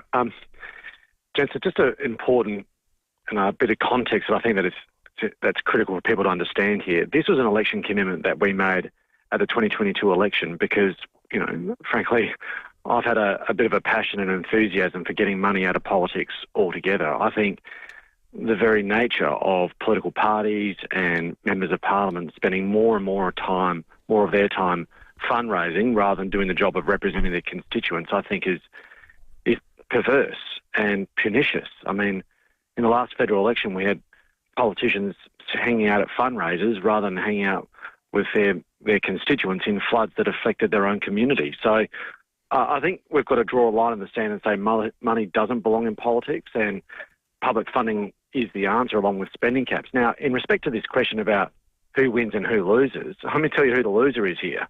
And that's the incumbent government, which in this instance is the Labor Party, because what we're doing for the first time is truly levelling the playing field between everybody. So at this state election, the Liberal Party is going to be fully funded, the Labor Party is going to be fully funded, and the minor parties will be more funded than they've ever been before, which invites a greater degree of political contest on the field of battle, so to speak, which means if everyone's got the same level of funding, we're going to have an election that's based on the quality of people's candidates and the thoughtfulness of their policy. And I think that's a far better outcome than having an election determined by who's been able to fundraise more money. Our cynicism, though, Premier, comes from the fact that Labor appears to have a bunch of, like an external sort of cheer squad that's as long as your arm in the form of the Labor movement, whereas the Libs have much more cautious and incumbent-friendly groups, business organisations that at the moment wouldn't publicly back them anyway. Yeah, so let's just talk about that, right? Because this is actually a reform that, I had to push through, and some of my union colleagues are not happy about. Why? Well, for the first time ever, unions will not be allowed to donate to the Labor Party. We have severed the financial link between the Australian Labor Party and the trade union movement for the first time in 100 years. Yeah, but they can run Ashley Ambo type ads, no barracking for you. But in respect to that, right, and this is in no small part because of the advocacy of Robert Sims, but ironically also the Liberal Party, we'll also now for the first time put a cap on the amount that any third-party organisation, including unions, can spend on campaigns in a way before that was completely uncapped. Now, if people's concern is about those campaigns, well, previously they were completely unregulated and uncapped. Are the unions treated as individual entities for the purpose of determining that cap? Well, they are individual entities, no different to business entities. So they all get 450. But Will, understand this: they all had unlimited before. Now they've got a cap, and if you actually look at history, across a suite of elections, that you can count on one hand. Unions that actually put their head in their pocket and run campaigns on TVs. Now, you'll point to the Ambos union in the last election because there weren't enough Ambos on our streets. Now there are, but you could actually, like I said, there are very few that actually put ads on TV. But now, regardless, before it was unregulated, uncapped. Now it's being capped, and some of them aren't happy about it. So again, I come back to my initial point. The party that is most disadvantaged as a result of these four reforms is the Labor Party, which begs the question, why on earth did we do this to ourselves? And the answer is because going right back to 2014, when I went to the US, I was sickened by the fact that we've got politics being determined exclusively by money rather than in policy. Okay. And I don't think anyone watches politics in the US and thinks that Australia should end up there, hence this reform. Premier, thanks for calling in. The Premier of South Australia, Peter Malinauskas. We'll check traffic and take a quick break. News headlines on the way. Morning there. Fog starting to lift across the metropolitan area. Still got a fair bit of fog through the hills, so take it easy in the drive. And look out for a burst water main at Findon today, Crittenden Road near Findon Road. We are slow for those works at O'Halloran Hill, the Southern Expressway near Majors Road for the new on and off ramps. And look out for works at Kenttown today, Fullerton Road near Beulah Road. Cameras, Grants Alley Road, Clarendon, and Golf Parade at Maslin Beach. Panadol helps relieve everyday pain. Not the pain of the traffic around you, but for the headache it gives you. Panadol's got you covered. Always read the label and follow the directions for use. Incorrect use could be harmful. Adelaide's most accurate traffic on 5AA. The Lions are coming. Witness the best of international rugby when the North combine to take on the South at Adelaide Oval. The Lions versus the Australia and New Zealand Invitational 15. Tickets at Ticketek. Hi, Brett Ebert here for Mawson Lakes Mazda. There's a lot to like about Mawson Lakes Mazda. They'll take care of you with next day servicing, complimentary loan car, vacuum and wash. And your breakfast or lunch is on them. Your car gets the love too with their state-of-the-art service centre, brimming with top-trained mechanics. At Mawson Lakes Mazda, they'll look after your car and look after you. Mawson Lakes Mazda, just a short drive from the city. For those whose pool is the main feature of their yard, Walco offer a special mesh cover to keep debris and leaves out while making your pool area look stunning all through winter. Join the great cover-up and ask Walco about their stylish new mesh pool covers. Walco.com.au. Hi, it's Jerry Harvey here. Did you know in Adelaide, Harvey Norman have two of the biggest clearance outlets at Jeff's Cross and Marion? Electrical, furniture and bedding at Marion and dedicated furniture and bedding in Jeff's Cross. We've been buying all the discontinued stock from all over the country. Get in and get a bargain. Tell them Jerry sent you. Jeff's Cross and Marion, Harvey Norman Clearance Centres. Step back in time with the treasures of the Viking Age at the South Australian Museum. Featuring artefacts of the Galloway Hoard, the most remarkable collection of Viking Age objects ever unearthed in Britain or Ireland. A time capsule of gold, silver and treasures with unique heirlooms is revolutionising our understanding of medieval Europe. They are now being displayed for the first time ever outside of Britain. On now until the 27th of July. Book now at samuseum.sa.gov.au. Ray White, big name in real estate, but also the biggest name in business broking. What makes us big? Our people, like Brett Buckley and his team. MBA, lecturer, and multi-time SA Business Broker of the Year. Brett doesn't just read a P&L, he feels it. If you're selling or expanding your business, Brett can take your business apart and find you more money. And we're not talking small change. Go on, touch base with Brett. Search Ray White Business Sales SA. Ageism takes away my rights. The right to make my own decisions, be safe, and be treated with dignity and respect. Sometimes people assume I can't do something because of my age. They exclude me, and I feel invisible and sad. Ageism can lead to mistreatment, neglect, and other forms of abuse. How do you treat the older people in your life? For more information, search DHS Tackling Ageism, a message from the Government of South Australia. Rosanna Mangiarelli here from 7 News. Join me and Will Goodings for Adelaide's leading news hour, 7 News, tonight at 6 o'clock.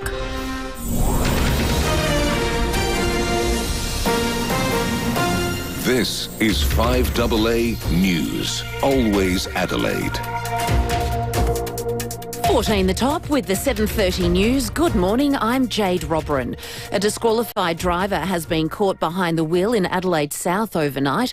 Senior Constable Holly Frisbee says checks revealed the 52-year-old Craigmore man was carrying a disguise. Police searched the Subaru, locating a security uniform, head torch and lockpicks. The man was arrested and charged with drive disqualified and possess an article to commit an offence. Travellers heading to Adelaide Airport this morning and flying in onto Sydney are being advised to check for flight updates as wild weather wreaks havoc in New South Wales. Already 5 flights have either been cancelled or delayed. SES crews have responded to more than 2,300 incidents since the system began lashing the state's coastline. The toxic algal bloom is continuing to spread, with early testing now detecting it at West Lakes. Further sampling is underway around the port as experts warn the coastal outbreak could take up to a year to clear. Families of autistic children will soon have greater access to inclusive programs across South Australia thanks to new government funding. 17 projects will roll out support across sport, events and workplaces, including sensory tents at surf lifesaving events and sensory backpacks for Port Adelaide games at Adelaide Oval. Minister for Autism Emily Burke says the grants also help educate the public and businesses. These grants really help us create those spaces, but also build that knowledge and training that workplaces can also undertake. And we're seeing a really big take-up in that training. There are calls for governments to get moving on a national working with children check rather than the state-based model. 10 years ago, the Royal Commission into Institutional Responses to Child Sexual Abuse recommended a national system. The report recommended Commonwealth government should act within 12 months, but it hasn't happened. Chief Commissioner of Scouts Australia, Brendan Watson, says it must be an Australian-wide system. The next step really is to get that national system so that all youth organisations can ensure that we share information with one body and that we protect children in doing so.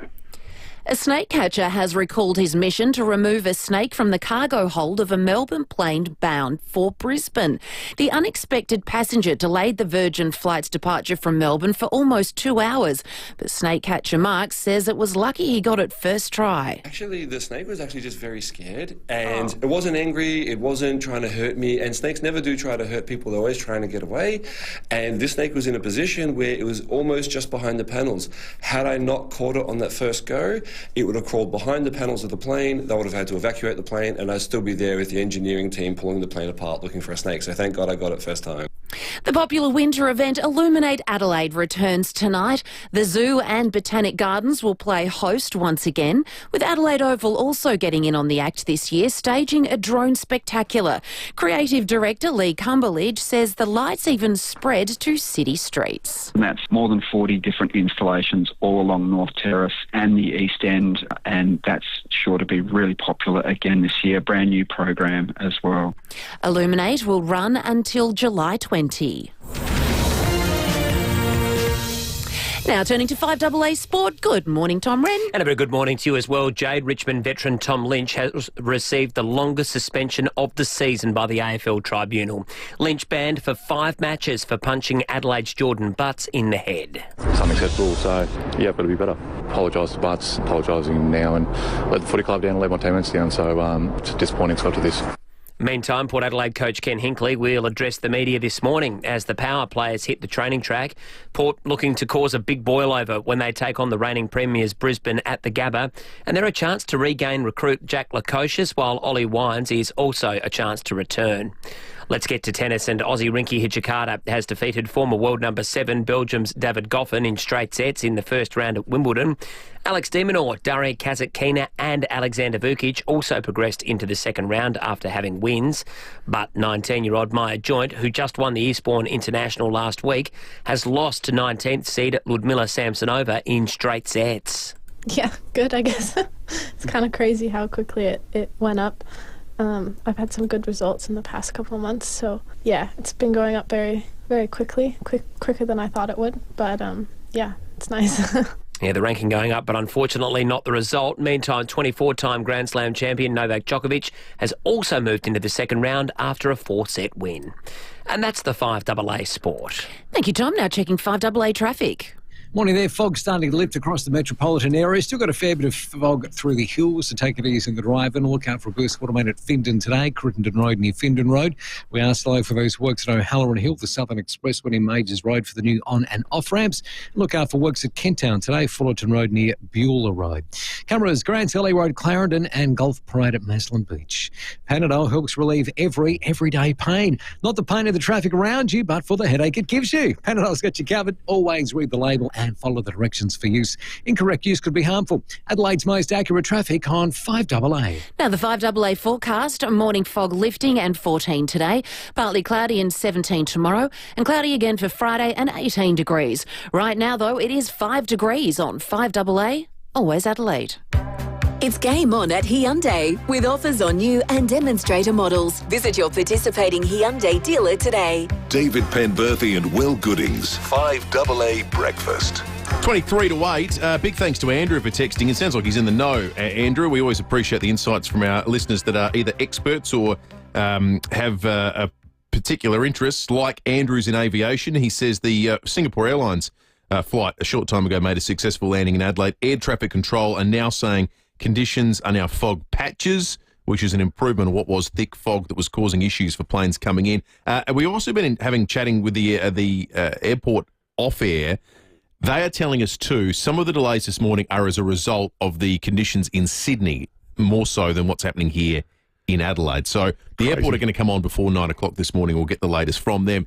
The wheel is behind you, Mr. Penberthy, which means we have a Care Alert Smart Dialer to give away. Use your home care package through My Aged Care or NDIS for a Care Alert for free. Can you give it a spin, please? I'm going to have a red hot go because I got teased last time it was being not great. All right, it wasn't great, to be fair to you. Let's see this time. Oh, that's a better spin. Now, the number relates to a year. If it's your birth year, all you need to do is call in on 8223 0055. The number is 16. Sweet 16. Which means the year is 1940. So if anyone's 85 or about to turn 85, get calling now, 8223 0055, and claim your Care Alert Smart Dialer 1940. Who was born in 1940? Get calling now and claim this excellent South Australian-made product that every family should have. It's peace of mind. It's wonderful. The Steels are absolutely expert. So this, visit carealert.com.au. What starts with A and ends with E? Supplements for you and me. Arbor-Vitae Joint Health is now on sale at Chemist Warehouse for just $55.99 a bottle. You save over $16 a bottle at Chemist Warehouse. Arbor-Vitae. Who can fix the shower? Service today. Who can fix the power? Service today. Yes, we can, is what we say at Service Today. From emergency plumbing to electrical and heating and cooling, no matter what size job you need, at Service Today, the answer will always be yes, we can. It's Service Today guaranteed, or it's free. Can you fix the shower? Yes, we can. Can you fix the power? Yes, we can. Yes, we can, is what we say at Service Today. Look out for our bright yellow trucks. SEWU Eurodrive offers innovative solutions with products and services provided from a single local source. SEW Eurodrive, driving Australian industry since 1982.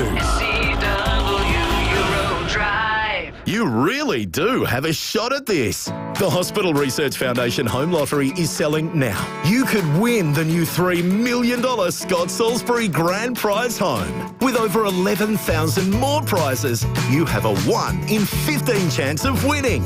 Is it your turn for a life-changing win? Tickets selling now at homelottery.com.au. Life-changing prizes, life-changing impact. homelottery.com.au. Licence M14727. It all started in the back shed. Maybe it started early. Or late. Either way, the Olympic Industry sale means there's no need to wait. With big savings on our entire range of SA-engineered sheds, garages, carports and verandas, you can afford to start something big, tough, or tasty in your own backyard. Start something with the Olympic Industry sale. On now. Hi, Malcolm Blight here for Knowles Caravans, home of Island Star. For over 50 years, they've had the best selection of new vans, or they can custom build one in just 10 to 12 weeks. Or look around at 100 second-hand vans, perfect for travelling around our beautiful country, or if you need an extra room at home, subject to council approvals. Knowles Caravans, Knowles Caravans, Knowles Caravans, Knowles Caravans. Knowles Caravans, 561 Salisbury Highway, Greenfields, opposite Mawson Lakes. Trusted for quality, driven for adventure. Breaking news. Chai latte and a chocolate donut is good for you. Maybe not when it comes to calories, but it is good for the soul.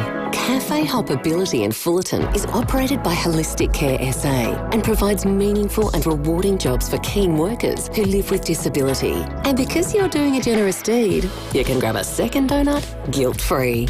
Next lunch break, do something that's good for you and others. Cafe Hoppability Fullerton, just up from the roundabout. When your youngest finishes school and pick up and drop off become a distant memory. When the neighbours no longer have loud music to complain about. When you wake up and fall asleep to the sound of silence because the kids have flown the nest. If only it happened sooner. Semi-retirement, disposable income and infinite time to spend it. You're a super consumer. If you run a business that'd like to reach the consumer we call the trifecta, speak to us here at FIVEAA. It's game on at Hyundai with offers on new and demonstrator models. Visit your participating Hyundai dealer today. David Penberthy and Will Goodings, 5AA Breakfast. It's time to go around the courts with Sean Fuster on 5AA Breakfast. 18 to 8, Sean Fuster joins us on 5AA Breakfast, the chief court reporter of The Advertiser, the host of the wonderful Just Lawful podcast. So a story for us today that's sort of, we spend a lot of time talking about the use of mobile phones in cars, usually in the context of the detection cameras, how much money's being raised and how silly it is. Well, this is the ultimate example of how badly it can go, how silly it is, because people can be killed. And that's precisely what the case that Sean Fuster is covering in court at the moment is all about. Sean, good morning to you. Good morning, Will. Yeah, look, perfectly summed up. This is the trial of Chantel Marie Wills, and you've just hit the nail on the head as to what this trial is actually all about. So, Sean, I was reading your account of it yesterday. So she's swerved back and forth across 4 lanes. It's a head-on crash. This is all what the allegations are. But at the moment of impact, she's saying to the ambos, I was ringing my boyfriend. Yeah, you're close, Pembo. What was happening was this was a 2-carriage laneway on Heaslip Road, and we're talking an event that happened 5 years ago this month. So this has taken a very long time to get to court. The allegation is that Ms. Wills is swerving from her side of the road onto the wrong side of the road and back again. She does that once, she does it a second time, she does it a third time, and then on the 4th time, she collides head-on with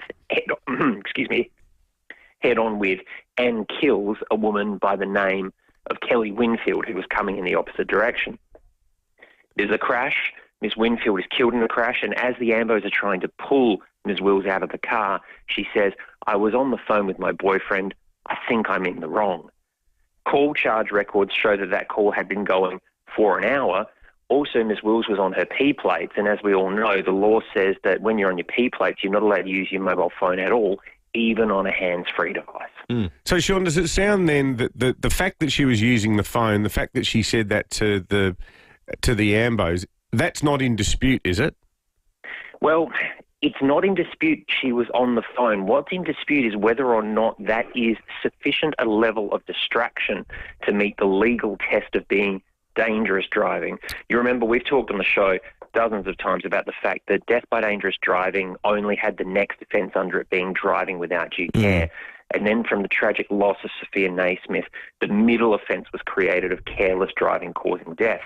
What we're seeing in a lot of cases now is a lot of lawyers arguing straight away that their client is guilty of that mid-range offence rather than the top-range offence, which is not what it was designed to do.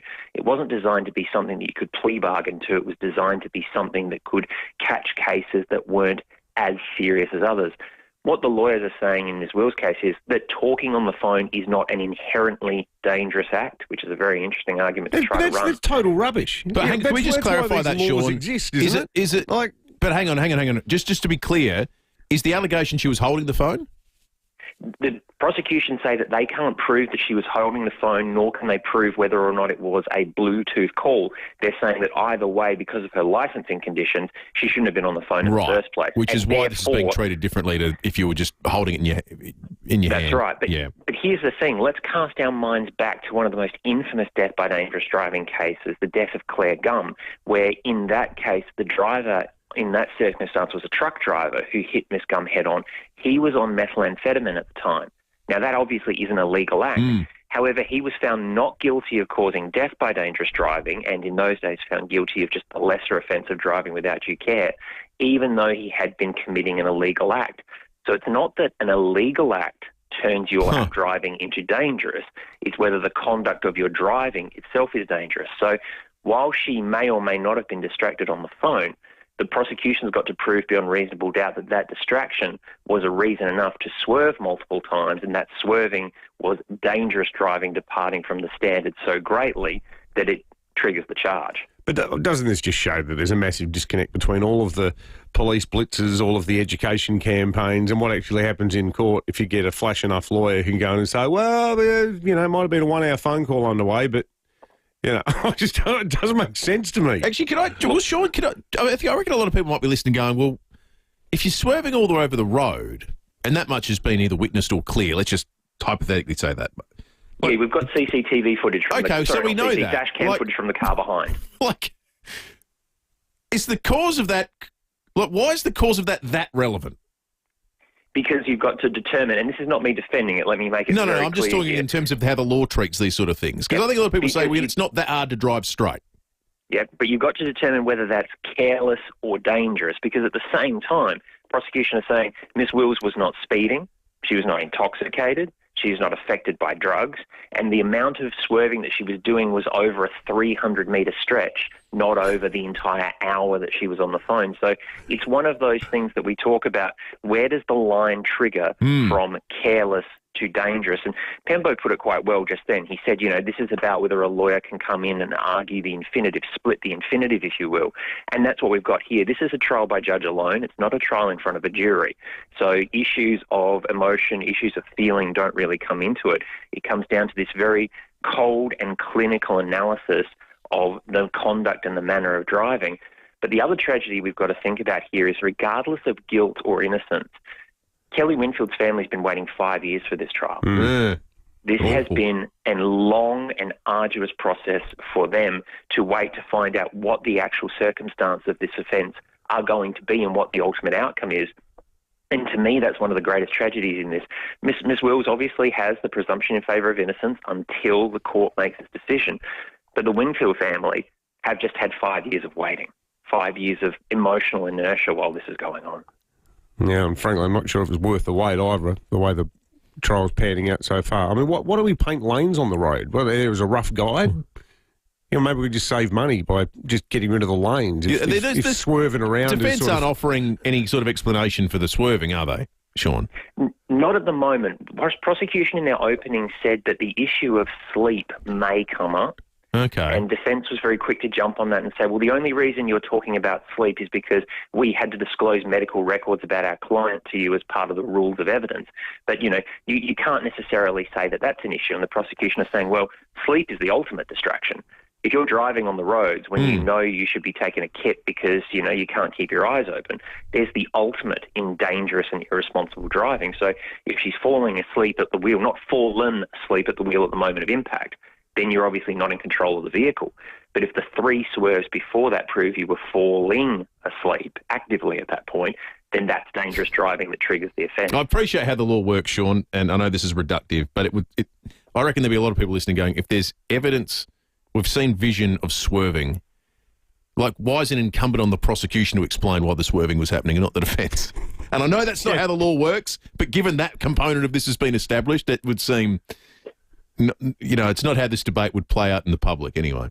It's certainly one of the more head-scratching ones that I've seen go before the courts, and I think this is sadly, the defence case outcome of all the work that's been done with, well, you talked about those public safety campaigns, with law changes, with families like the Naismith Smith speaking out, with the Advertisers Road to Justice campaign, when all of the public sentiment turns and forces the law to grow up and accept what's actually happening in front of it.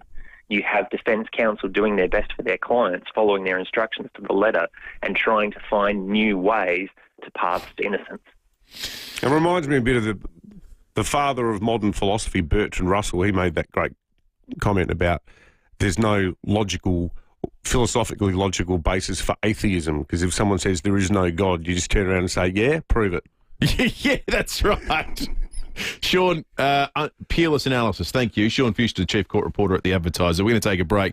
We'll check traffic and then Koshy coming up in just a moment. Thanks, Will. Noarlunga Downs a smash on the Southern Expressway near the Mall Road Bridge. Solid delays inbound through there. Findon burst Watermain, Crittenden Road near Findon Road. Speeds of 25. We're slow for works at Glen Osmond at the moment. Portrush Road near Gillies Road. And we've got Camrose Main Road, Wollonga, and McIntyre Road at Salisbury East this morning. The King Living Winter Sale is on now. Save up to 50% on selected Australian design award-winning furniture. Hurry, sale on now. Shop online or visit a King Living showroom today. Adelaide's most accurate traffic on 5AA. Hi, I'm Bronte Manuel from Toop and Toop. This year, we're proud to be celebrating 40 years of doing real estate differently in South Australia. Since 1985, we've remained family-owned and fiercely independent, with innovation, integrity and people always at the heart of what we do. While the industry's changed, our values haven't, and we're incredibly grateful to our clients and community for their trust and support. Visit toop.com.au. Toop and Toop. 40 years of family, innovation and integrity. Hi, Brett Ebert here for Mawson Lakes Mazda. There's a lot to like about Mawson Lakes Mazda. They'll take care of you with next day servicing, complimentary loan car, vacuum and wash. And your breakfast or lunch is on them. Your car gets the love too with their state-of-the-art service centre, brimming with top-trained mechanics. At Mawson Lakes Mazda, they'll look after your car and look after you. Mawson Lakes Mazda. Just a short drive from the city. Samtest Seafood, helping you eat well and stay on budget with fresh local seafood. Enjoy super fresh West Coast Sejuna King George whiting fillets from just $54.99 a kilo. And right now there's an excellent deal on Atlantic salmon shazliks, marinated in Cajun or sweet chili and lime. A real winter winner at just $4 each. Add a premium fillet of crumb flathead, only $39.99 a kilo. Stock up with the best deal in town. Still 4 kilos for just $60. I can't remember this going up. Mix and match from over 20 premium lines, including flathead, dory, red emperor, barramundi, salt and pepper squid, Atlantic salmon, battered whiting and more. Samtas is Adelaide's premium destination for freshly opened oysters. This week they're shucking direct from Smoky Bay's clean, cold waters. Oysters are their absolute best. Only at Samtas, open daily, never pre-packed. Yum. Samtas Seafoods, 201 Richmond Road, Richmond. Factory direct prices, open 7 days. Make it your weekly stop for unbeatable freshness and value. SA's most trusted name in seafood, it's always Samtas. Aldi's pre-marinated boneless lamb leg is now only $18.99 per kilo. And so easy to cook, you could do it with your eyes closed. Or maybe just one eye closed. Aldi, good different. Ageism takes away my rights, the right to make my own decisions, be safe, and be treated with dignity and respect. Sometimes people assume I can't do something because of my age. They exclude me and I feel invisible and sad. Ageism can lead to mistreatment, neglect, and other forms of abuse. How do you treat the older people in your life? For more information, search DHS Tackling Ageism, a message from the Government of South Australia. Experience the very best of over 50s living at Northern Community Residential Village in Penfield. Set in a serene and peaceful setting, Northern Community Residential Village offers a low-maintenance lifestyle amongst a welcoming community of like-minded people. A new release of stunning homes is now selling from just $435,000. Book a tour of the display home today and picture how bright your future could be. Visit ncrv.com.au for more information. 5AA Breakfast is streaming live right now. To watch, simply head to 5AA on Facebook or YouTube. It's game on at Hyundai with offers on new and demonstrator models. Visit your participating Hyundai dealer today. David Penberthy and Will Goodings, 5AA Breakfast. And they could never tear us apart. David Kosh on 5AA Breakfast. 5 to 8, great to have Koshy on the program. Compare the Market Economic Director, Port Adelaide Football Club Supremo, of course, as well. Koshy, wanted to talk to you about this now prickly issue for the Albanese government with regard to the tax changes impacting super, which it would seem to be friendless in the absence of some form of indexation. We had Sally McManus from the ACTU yesterday saying, well, of course, indexation needs to be part of the future. What's your 10,000 feet high view of this issue? Can I just first say what an incredible success compulsory superannuation has been for this country. It is phenomenal. You know I'm a bit of a disciple of Paul Keating, and just what he did in his time as Treasurer was, I think, absolutely stunning. And superannuation is basically a national savings scheme that he introduced to counter an ageing population, which countries around the world are grappling with. And, he came up with this solution back in the early 90s, and it has really served us well. I think Sally and most of the experts are absolutely right that to keep it a force for good, if you like, there needs to be some indexation, particularly when it comes to and I think she pointed out to this tax on balances over $3 million for a lot of people in 20 years' time will be on that $3 million threshold and have the extra tax, which defeats the purpose of super. And getting it to 12%, I think, has been a great achievement. And as your wage rises because of inflation and wage rates, so does your superannuation contribution to keep pace. So I think she's got a point, and a lot of the experts have got a really good point as well. Let's not stymie the growth in superannuation. It's looking friendless, Koshy. Is your hunch that they'll scrap it or amend it? I think they will amend it. The master himself, Keating, who is still not short of an opinion, which challenges everyone. He's the one. He is also leading the charge that it should be indexed as well. I think indexation for those sorts of things, and let's take it further down the line for pension payments and social security and things like that. Just to keep pace with purchasing power, I think it's important on a lot of other safety nets to help people as well. Yeah, absolutely. Good stuff, Koshy. We'll catch up again next week. David Kosh, Port Adelaide President and Compare the Market Economic Director. They said launching a ute in Australia was an uphill battle, and the new Kia Tasman wouldn't have it any other way. With 4x4 tech built for tough terrain, It's Kia's most Australian vehicle yet, featuring low-range gearing, ground view monitors and auto rear locking differential in select models. The Kia Tasman didn't reinvent the wheel, it just got dirty. The Kia Tasman, here now at your local Kia dealer. Kia, movement that inspires. G'day, it's Ben from BJ Energy. Lately I've had a lot of people asking about the federal battery rebate, what it is, how it works and whether they're eligible. At BJ Energy, we've done the homework. Our job is to help you make the most of the rebate while it's still around. So if you're thinking about solar or a home battery, or just have any questions about the federal battery rebate, it's easy to get in touch with us. No sales pitch, just straight answers. Visit bjenergy.com.au. That's bjenergy.com.au. You wake up and you're feeling a bit off. Your nose is runny, but maybe it's just a cold. That scratchy throat though, that could be something worse. Test for COVID, Flu A, Flu B and RSV in just minutes with Cell Life, the premium 4-in-1 rapid antigen test. Fast, reliable results. Make the smart choice for your health and your family. Insist on the brand the healthcare professionals prefer. Cell Life at leading chemists and Amazon. CELLIFE.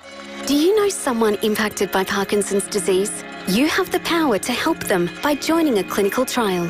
CMAX Clinical Research is trialling a new potential treatment and is seeking healthy volunteers aged 18 to 60 to participate. Eligible participants will spend 2 nights at CMAX, attend 1 follow-up visit and get paid for their time. Bring hope to thousands of Australians living with Parkinson's disease. Interested? Apply today at cmax.com.au. Step back in time with the treasures of the Viking Age at the South Australian Museum. Featuring artefacts of the Galloway Hoard, the most remarkable collection of Viking Age objects ever unearthed in Britain or Ireland. A time capsule of gold, silver and treasures with unique heirlooms is revolutionising our understanding of medieval Europe. They are now being displayed for the first time ever outside of Britain. On now until the 27th of July. Book now at samuseum.sa.gov.au. Local news and information first. This is 5AA News. Always Adelaide. 14 the top with the 8 o'clock news. Good morning, I'm Jade Robrin. Fog has blanketed parts of the state this morning, causing flight delays and traffic chaos.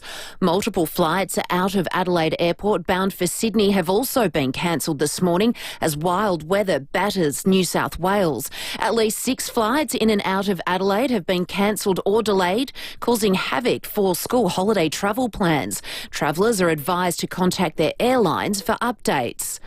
A suspicious object found at a Woodville Gardens property last night prompted a response from SAPOL's bomb squad. Senior Constable Holly Frisbee says explosives were discovered just after 11 p.m, with the bomb response unit called in to safely remove the item. Emergency services were called to a house on Liberty Grove after a person reported that a gas bottle with fireworks attached had been thrown into the front yard. The fireworks were lit, but no damage was caused and no one was injured.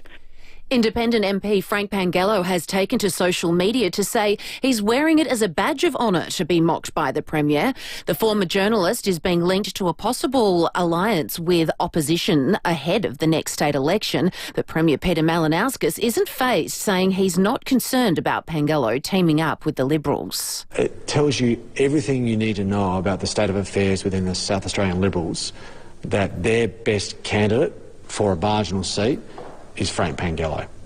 It tells you everything you need to know. Foreign Minister Penny Wong has met with her Quad counterparts in Washington, D.C. as the Prime Minister waits to secure a face-to-face with Donald Trump. Washington correspondent Lauren Tomasi. This is the second Quad Alliance meeting in 6 months. Foreign ministers from Australia, the US, Japan and India are in Washington, D.C., reaffirming a commitment to a free Indo-Pacific and countering China's growing aggression in the region. But looming over these talks is the Trump administration's push for America's Indo-Pacific partners to increase defence spending at a time when all have been affected by the US president's tariffs. And for Australia, our AUKUS nuclear-powered submarine program is under review by the Pentagon. Penny Wong has also spoken one-on-one with America's top diplomat amid hopes the foreign minister may be able to secure a face-to-face meeting between Donald Trump and Prime Minister Anthony Albanese.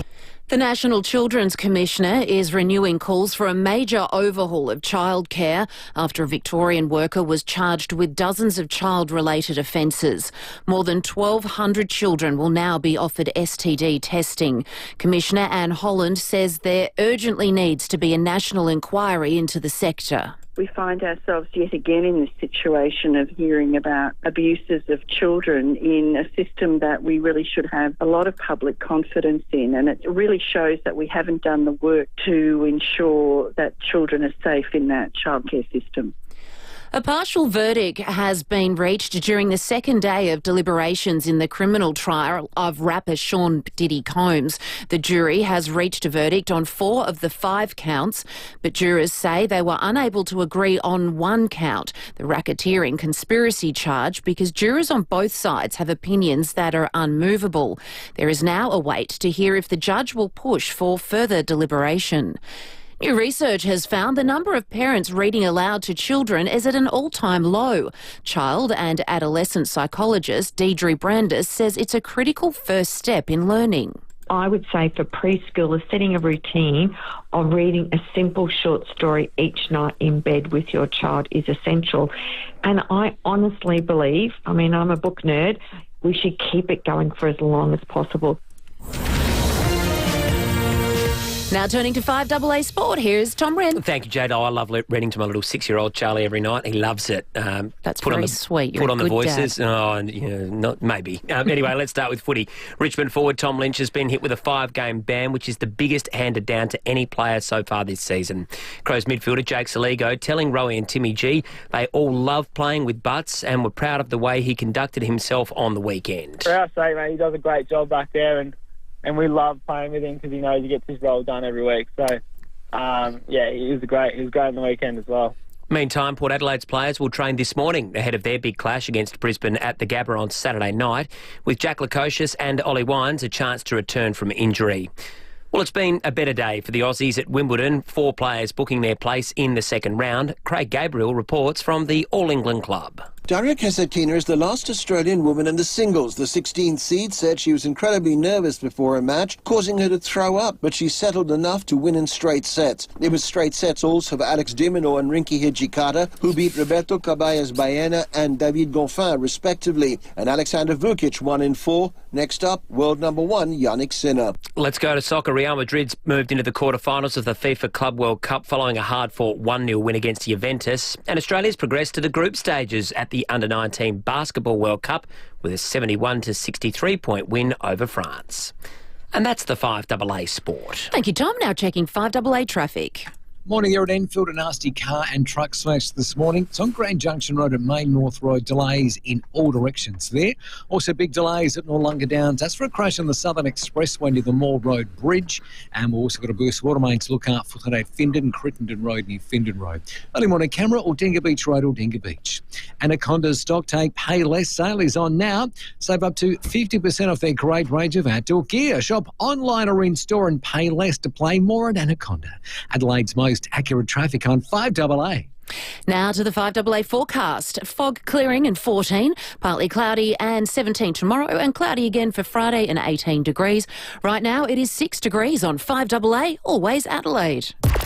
Setting the agenda for South Australia. This is 5AA, always Adelaide. You're simply the best. It's game on at Hyundai with offers on new and demonstrator models. Visit your participating Hyundai dealer today. David Penberthy and Will Goodings, 5AA Breakfast.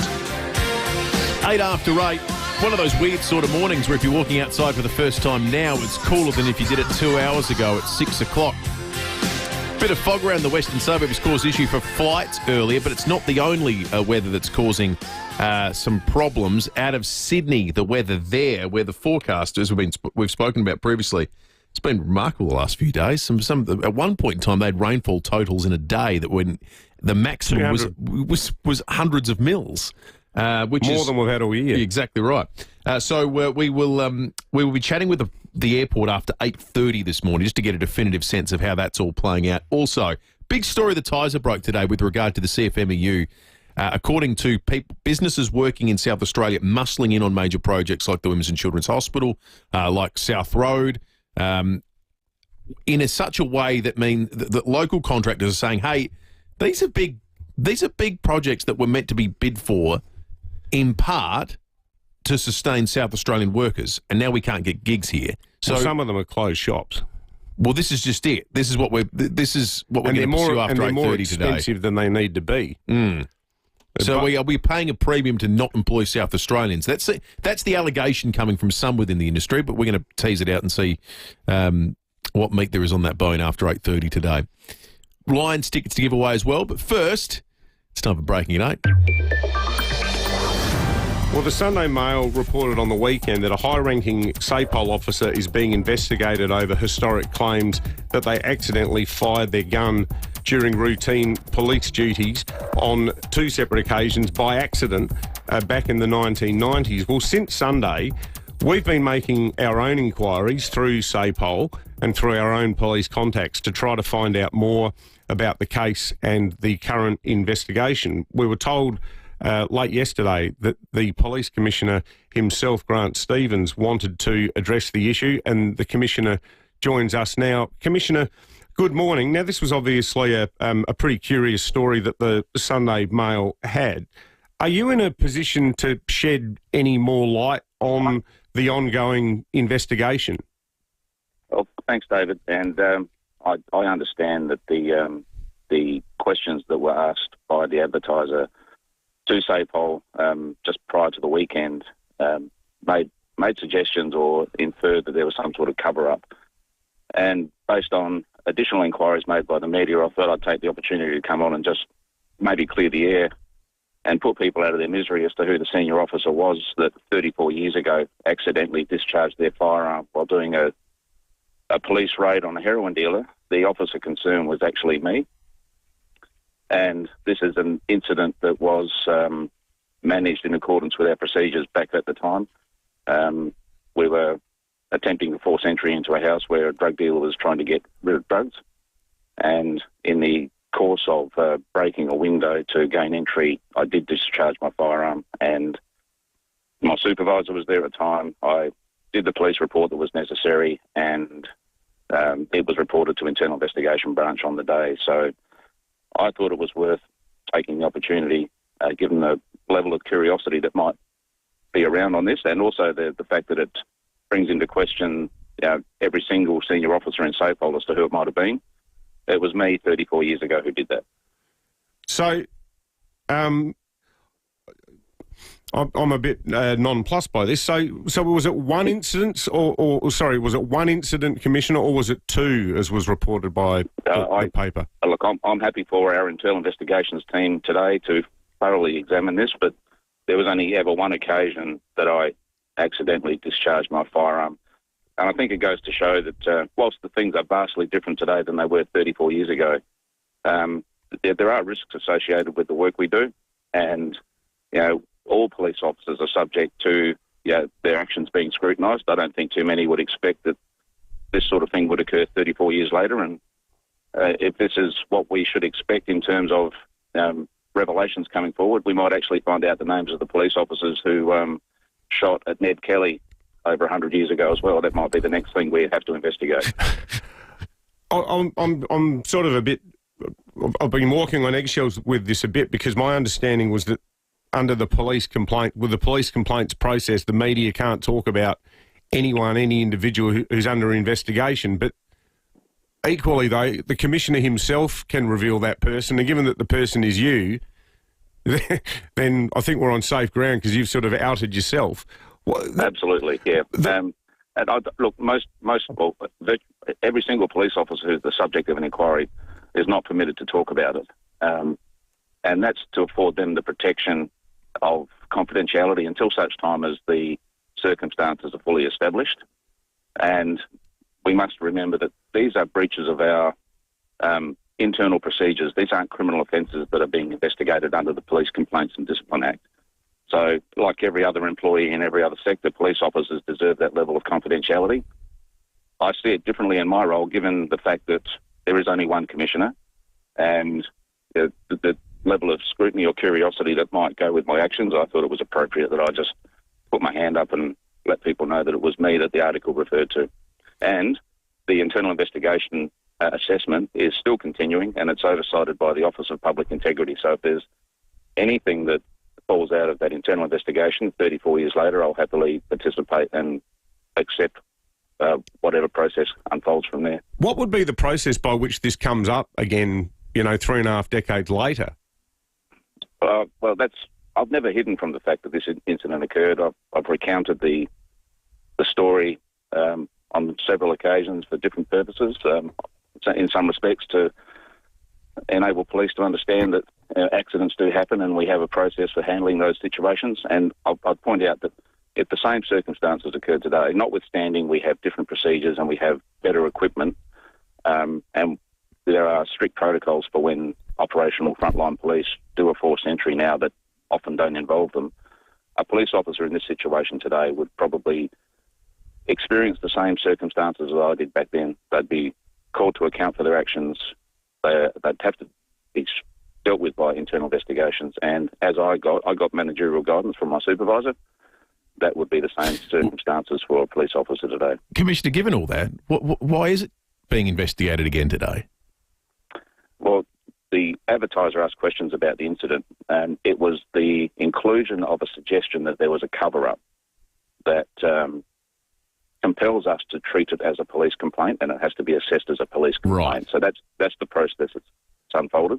I'm not going to make any comments about what internal investigations may or may not do concerning those allegations of a cover-up. I certainly know there was no cover-up, and I can also confirm, I think I might have mentioned this, there was only ever one occasion that my firearm has been accidentally discharged. So not two occasions, one occasion? There's only one occasion. Is this one of those stories, Commissioner, where, given that I think your line of reporting would be ultimately to the Premier, would it not? Do you have to tell the Premier to give him a heads up that this is all sort of blown up? I can't remember who the Premier of the day was. It was that long ago. But I meant the current one. I've already briefed so I was being facetious, sorry. Okay.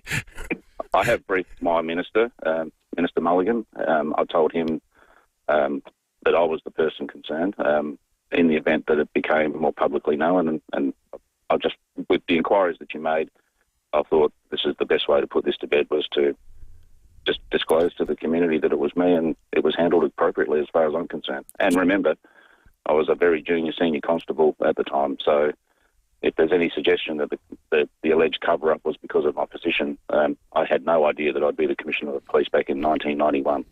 Given the way it's come up, and given it's come up so many years later, do you have any suspicion it's someone with an axe to grind? Well, the nature of the role is such that it does attract some negative views.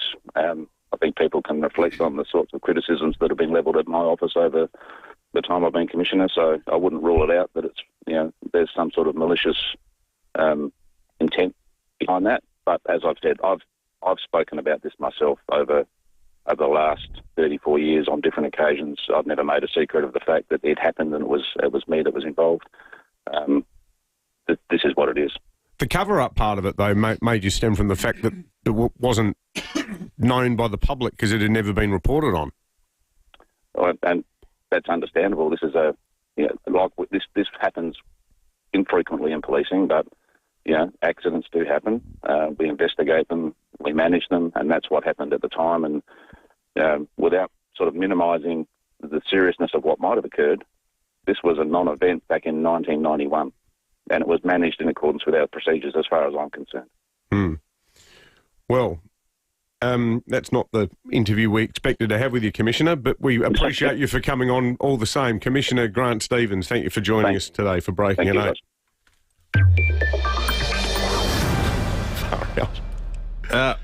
I think the Commissioner did a good job of explaining why this investigation is happening and why the language necessitated it. But the text line right now is chock-a-block full of people that can't believe any resources are being wasted doing this. Well, to a person. Yeah. The thing that is weird is the idea that there'd be sort of someone with a Nostradamus-style crystal ball realising that this man has the potential to become the Commissioner. Yeah, we better cover it up. So let's cover it up in case on the off 30 chance. years from now. I mean, the incident itself sounds pretty wild. It was a different era. The nature of the investigation, I mean, you know, clearly the Office of Public Integrity, it has to treat this like it would any other officer. So there's no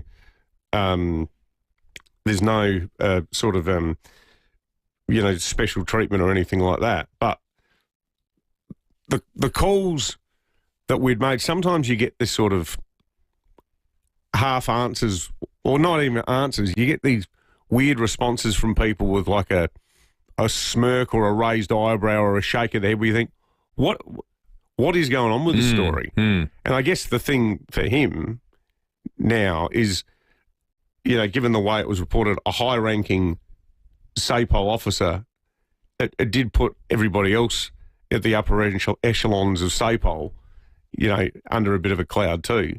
And the only people who have the power, and this is reading from the Tysers article, no one can publish any information tending to suggest that a particular person has been, may be, or may have been the subject of a complaint, report, assessment or investigation under the Act.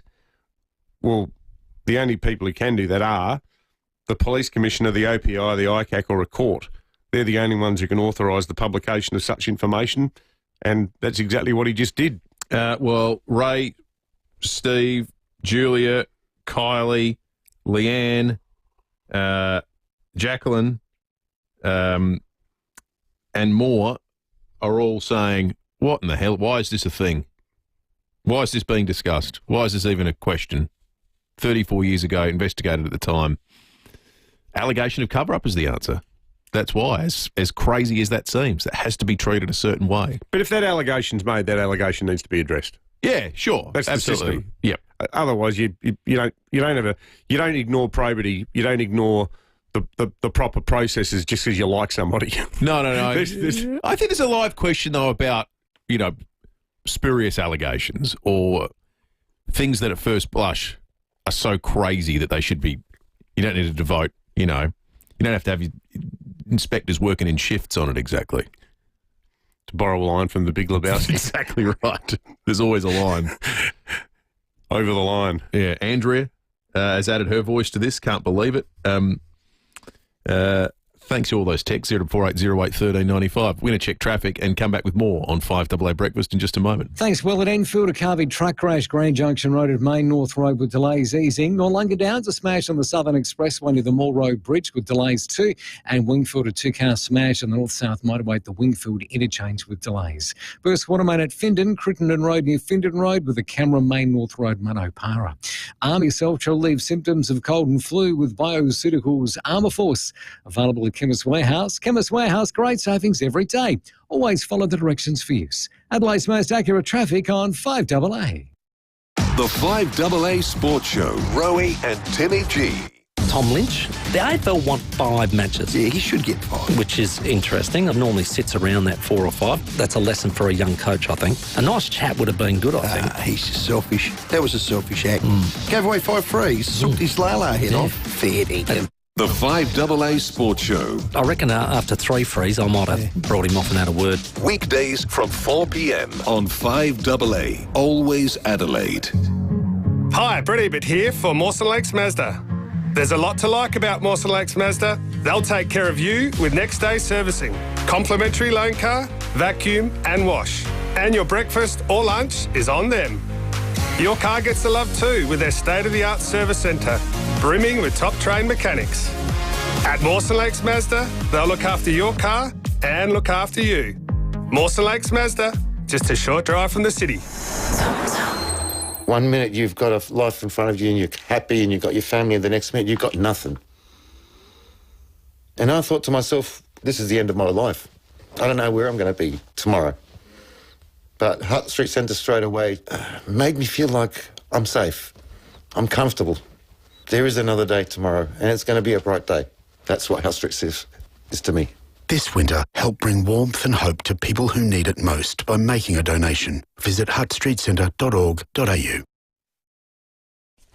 If you need to move from A to B this winter, your best move is hiring from Budget Car and Truck Rental. That's right. To get started, you'll need boxes and tape for storage and furniture covers to keep your possessions pristine. Budget has you sorted. Then you'll need the perfect set of wheels, and Budget has them all. Cars, big and small moving vans and trucks that are available on a standard driver's licence. Plus, they've got utes, hybrids, trailers, 12 to 25-seater minibuses and more. Once you've chosen a vehicle, grab Budget's blankets and a trolley to ensure that the move goes smoothly. Job done easy with Budget, a family-owned business with friendly staff you can count on and multiple locations across SA. Have you got something big to budge? Well, budget with a Budget rental truck. Call 132727. What makes Ray White the big name in business broking? They're people, like multi-time SA Business Broker of the Year, Brett Buckley, and his team of business professionals. They take a deep dive into your business, finding value and potential, and they know what they're looking for because they know businesses. They're not real estate salespeople trying to sell businesses, they're business people selling businesses.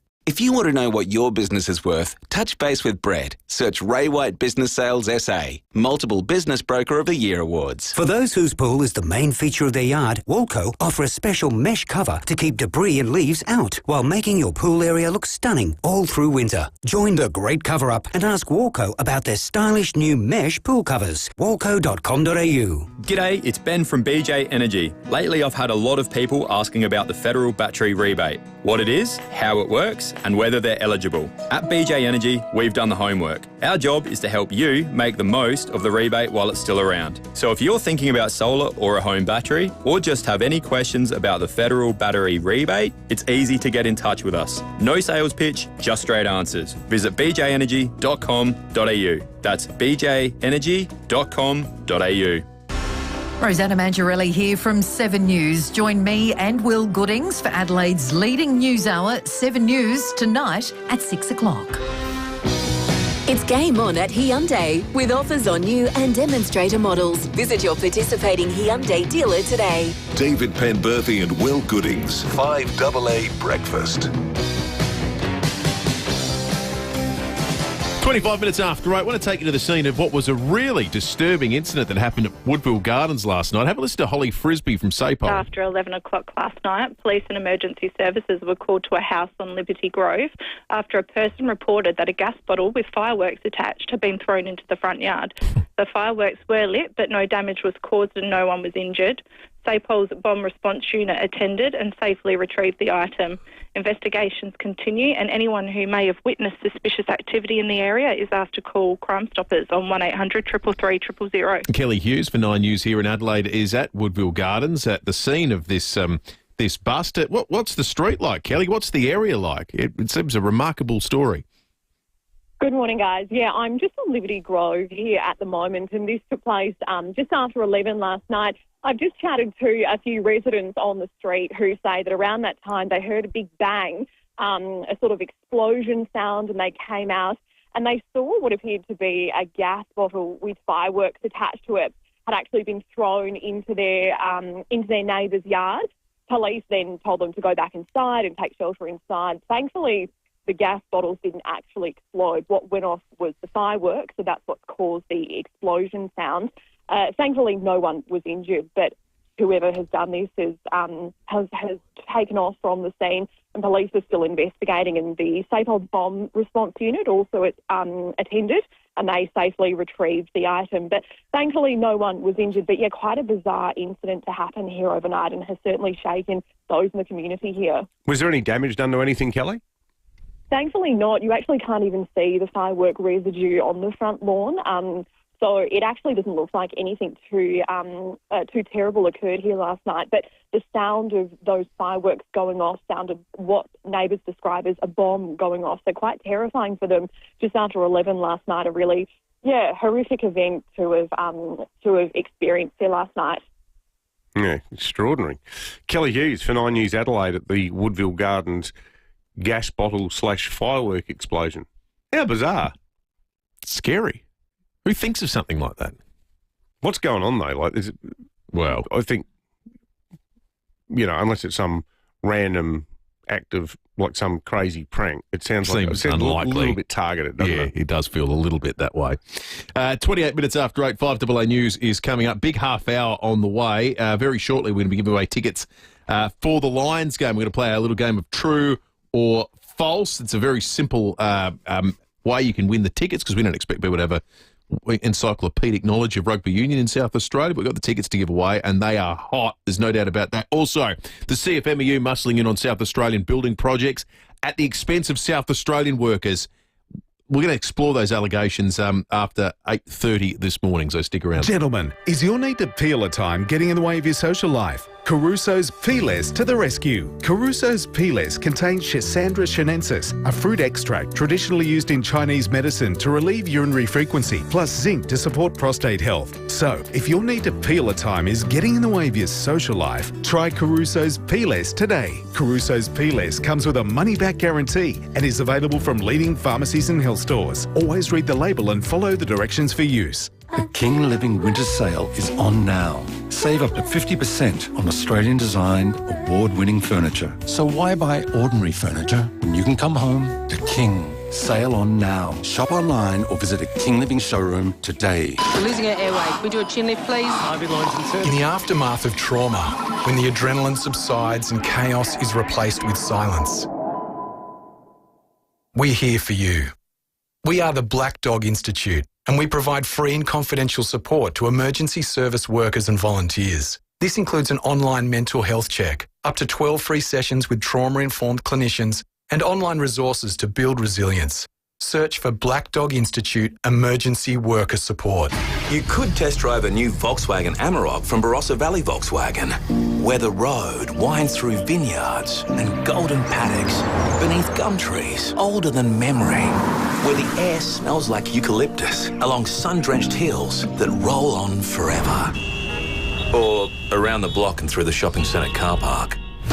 At Barossa Valley Volkswagen, you can really test drive the Amarok, not your patience.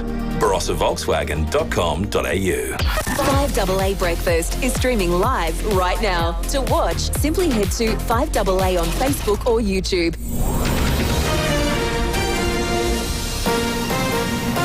This is 5AA News, always Adelaide.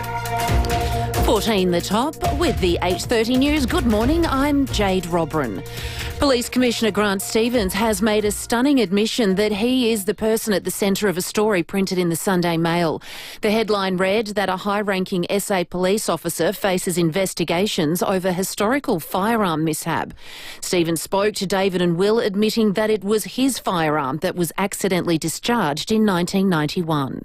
Based on additional inquiries made by the media, I thought I'd take the opportunity to come on and just maybe clear the air and put people out of their misery as to who the senior officer was that 34 years ago accidentally discharged their firearm while doing a police raid on a heroin dealer. The officer concerned was actually me.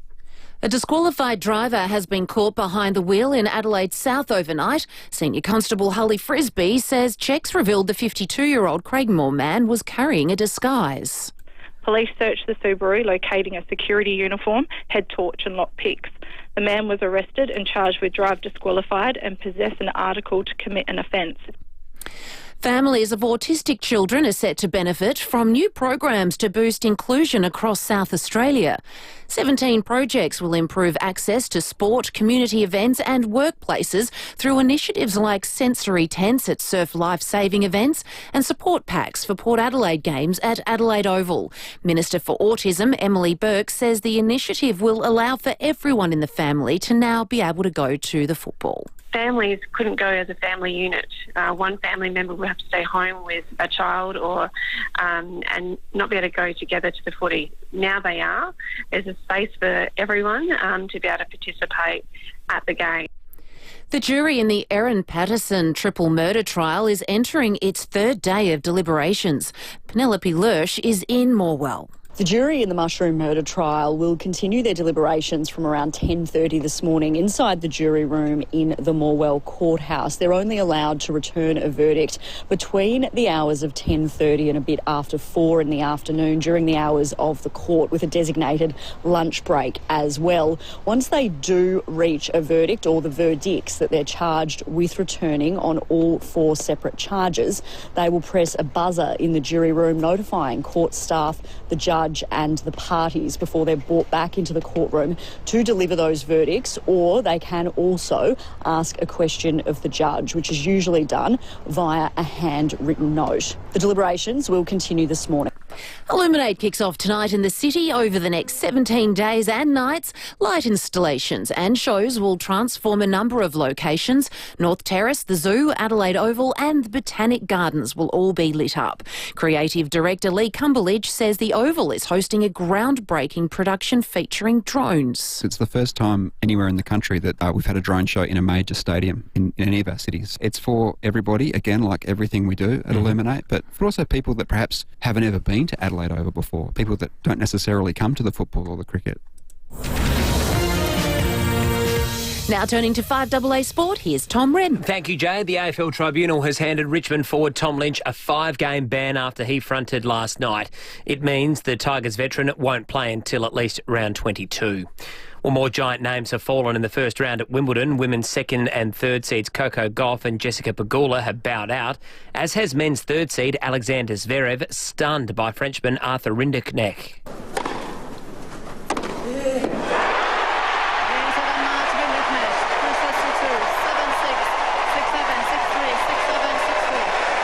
With his nose buried into centre court, life on a tennis court has never been sweeter for Arthur Rinderknecht. Aussie Alex de Minaur and fellow Aussie Daria Kasatkina were among 4 Australians to record wins. 19-year-old Maya Joint went down in her first appearance at the Grass Court Major, but the world number 41 says it was an experience she'll never forget. The first day, probably walking around, seeing everything. It's my first time being able to play on the courts here. To soccer, Real Madrid's through to the quarterfinals of the FIFA Club World Cup following a hard-fought 1-0 win against Juventus. The winner coming in the 54th minute. Alexander-Arnold! There's the header! Gonzalo Garcia!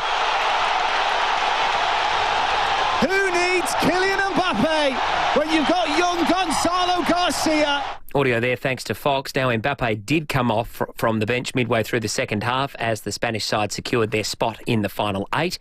Meantime, Arsenal has signed goalkeeper Kepa Arrizabalaga from Chelsea. And that's the 5AA Sport. Thanks, Tom. Now checking 5AA traffic. Thanks, Will. At Wingfield, a 2-car smash on the north-south motorway at the Wingfield interchange. Big delays inbound on the Salisbury Highway. Enfield, Carvey truck crash in Grand Junction Road at Main North Road. Delays easing through there. Bridgewater, caravan rollover on the freeway near the Hardorf exit. Big delays inbound. And Nollunga Downs, another smash. This one's on the Southern Expressway near the Moore Road Bridge. Delays easing. Early morning camera 2, Seaview Road, McLaren Vale. Do you or someone you care for need complex mental health support? Sane can help. Choose from a range of free digital and telehealth support services. Visit sane.org today. Adelaide's most accurate traffic on 5AA. Now the 5AA forecast. It is a top of 14 today, partly cloudy and 17 tomorrow, and cloudy again for Friday and 18 degrees. Right now, though, it is 7 degrees on 5AA, always Adelaide. Ugh, that's enough to send shudders down anyone's spine. Are you hearing critters rustling around in your roof? Well, it might alarm you to know that 8% of household fires are started by rodents gnawing through electrical cables in the roof and walls. Not to mention the spread of disease and bacteria they can cause. But there's a simple solution. Book a rodent treatment with SA's leading pest control specialists. Your team from Murray's. No worries. With the team from Murray's. Go to murraypestcontrol.com.au. The huge mid-year sales are on now at District Outlet Centre, where you will find all the big brands with big savings. District Outlet Centre offers the ultimate retail experience with stores including New Balance, Kathmandu, Hype and Tarakash. There's Platypus, Forever New, House Superstore Outlet, Timberland and more, plus an extensive range of food and beverage options. For over 50 local and international brands at mid-year sale prices, it's got to be District Outlet Centre, Main North Road, Parafield. Hi, I'm Bronte Manuel from Toop and Toop. This year, we're proud to be celebrating 40 years of doing real estate differently in South Australia. Since 1985, we've remained family-owned and fiercely independent, with innovation, integrity and people always at the heart of what we do. While the industry's changed, our values haven't, and we're incredibly grateful to our clients and community for their trust and support. Visit toop.com.au. Toop and Toop, 40 years of family, innovation and integrity. Illusion and Ultimate Gas Log Fires and Wood Heaters massive stock take sale on now. We're not counting it. We're clearing all current heaters in stock. Buy Australian made now and save thousands. 355 Main North Road, Enfield. Illusionfires.com.au. It's game on at Hyundai with offers on new and demonstrator models. Visit your participating Hyundai dealer today. David Penberthy and Will Goodings, 5AA Breakfast. 22 to 9, it's as simple as getting 2 correct answers in a little game of true or false, and it will get you along to see the British Lions witness the best of international rugby at Adelaide Oval this month. The Lions versus the Australia-New Zealand Invitational 15. You can get your tickets at Ticketek or by calling right now on 8223 0055. Now, just quickly, Rob on the text line raises a good philosophical point. He says, hey, guys, have you thought through this? Having a competition where 85-year-olds have to sprint to the telephone to call in to win a care alert smart dialer in case they fall over is a real chicken or egg situation. It's a fair point, Rob. I think we've still got it to give away, too. If you're born in 1940, all you need to do is call in. No, I think Faye won it. Faye won it. You're right, Faye. Congratulations to Faye. Hey, there is a breaking story that's affecting people out on the road at the moment. Crash on the freeway. A caravan has rolled over, heading towards the city, just west of the Mount Barker turnoff. Now, we've got a shot of it on the 5AA Facebook and YouTube live stream. Have a look at that. You can see the fog that's affecting things. There's a truck with a swimming pool stuck behind the caravan that's currently rolled over. Only one lane is moving. That's causing all sorts of issues at the moment. Huge delays at the moment if you're stuck in it and you're on the freeway. That is an ex-caravan by the look of things. It's gone all the way over. Far out. Heading west of the Mount Barker turnoff, that's where the issues are. So one lane, that's why it is a disaster there at the moment. Hopefully everyone's okay. It's 20 minutes to 9. We've got Jamie and Dean on the line contesting for the Lions tickets this morning. Jamie and Dean, your names are your buzzers. First to 2 correct answers wins, okay? Yeah. All right, here we go. Good luck, guys. Simple true or false. True or false? True or false? The British and Irish Lions have never played a test match against a Pacific Island nation despite touring proposals in the 1970s. False, Jamie. Dean. Yes, Jamie. False. Sorry, Jamie. The answer is true. The Lions had never played a test series against a Pacific Island nation like Fiji, Samoa or Tonga. They were going to in the 70s, but it didn't happen. All right, question number 2. True or false? In 2001, the Lions played a test match in Australia where Irish player Brian O'Driscoll scored a try that became one of the most famous in Lions history. Dean. Jamie. Yes, Dean. True. Correct, Dean. You're one correct answer away. True or false? The Lions' 1974 touring team went undefeated in all 22 matches. Dean. Yes, Dean. True. Dean, congratulations to you. You're off to see the Lions. The British Lions, that is. The witness the best of international rugby at Adelaide Oval this month, the Lions versus the Australia-New Zealand Invitational 15. Tickets are available at Ticketek. Now, we mentioned the fog in the context of that caravan rollover on the freeway. It's also been a talking point with regard to what's happening at the airport. Dermot O'Neill is the Executive General Manager of the Adelaide Airport and joins us now on 5AA Breakfast. Dermot, good morning. Good morning. Sounds like it's a double whammy. Weather here and weather in Sydney. What's the state of flights in and out of Adelaide as we speak right now? Yeah, so look, you're right. At around 3:30 this morning, we saw fog start to form over our airport this morning. That remained in place to around about 6:30. So thankfully this morning we didn't experience too much disruption in Adelaide as a result of that fog. All our early wave of first flights were able to depart without disruption. And saw very little disruption to arriving aircraft that have been able to land here this morning. We did see a slight delay to our first Bali arrival this morning that did a few circles over York Peninsula while that cleared, but was only about 20 minutes late in. You're right, as you mentioned, there is some weather events still lingering over New South Wales, and we've got some residual delays as a result of disruption yesterday at Sydney Airport, and some of those are likely to continue to flow through the day. So advice on a day like today is keep in touch with your airline, check their website for updates to your flights as well. Dermot, it's probably going to be a pretty busy week at the airport, I'd imagine, with school holidays on starting Friday afternoon, and, you know, South Australia's more cashed up. Folks heading to Europe for summer over there as well. It's going to be a busy time, yeah? Yeah, look, the midwinter school holidays are always generally one of our busier periods throughout the year, so you're absolutely right. Some schools are already on holidays this week as well. The bulk go on holidays at the end of this coming week.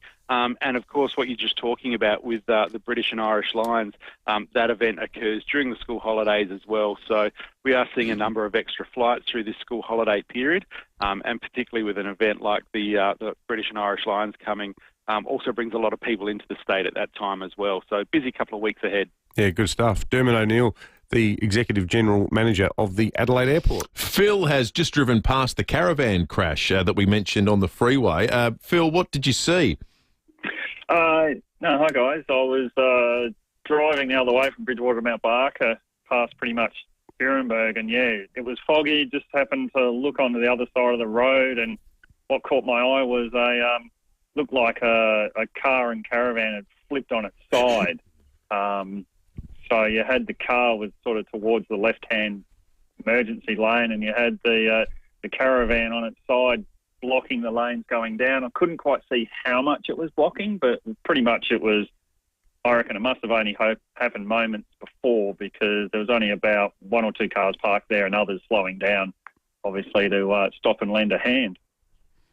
So did it take you long to get through too, Phil? No, he's going the other way. I was on the other side. The other side, so I was pretty much travelling at 105 going the other way. Yeah, sure. So not in a position to really to do anything about it. But, you know, I notify the police and get emergency services there and yourselves to have people avoid jumping on the freeway, because that was just going to turn into a car park heading towards the city yet again. Yeah, it already is. Phil, thank you. Appreciate that. Phil and Mount Barker having just driven the other direction to that incident, which is interesting, because the picture we've got that we've been putting up on the live stream is from behind, so you can't actually see the vehicle that was towing the caravan from our perspective. So it sounds like, based on Phil's description, it may have it rolled or something. Something very strange has happened there. It looks like a fairly straight little stretch of road there. It looks like the caravan's come off the car, doesn't it? Yeah, it does. Yeah, it's hard to get a sense, though, from you can't really from see that it perspective. from that angle. Yeah. All right, 14 minutes to 9. We're going to check traffic, and when we return, talk a bit more about this big story the Advertiser's got this morning with regard to the CFMEU squeezing out local contractors on some of the big projects going on in South Australia right now. Thanks, Will. At Wingfield, a two-car smash on the north-south motorway at the Wingfield interchange. Horrendous delays in all directions there. Best bet this morning, if you can, use Port Wakefield Road to avoid it. Enfield Carvey truck crash, Grand Junction Road at Main North Road. Bridgewater, caravan rollover on the freeway near the Hahndorf exit with delays inbound, and West Lakes Carvey motorcycle, West Lakes Boulevard at Island Drive. Camera, Kangarilla Road at Kangarilla. Harris Scarf's big stock take sale is on now. Save 50% off quilts and memory foam pillows. Exclusions apply. Harris Scarf, great brands, great prices.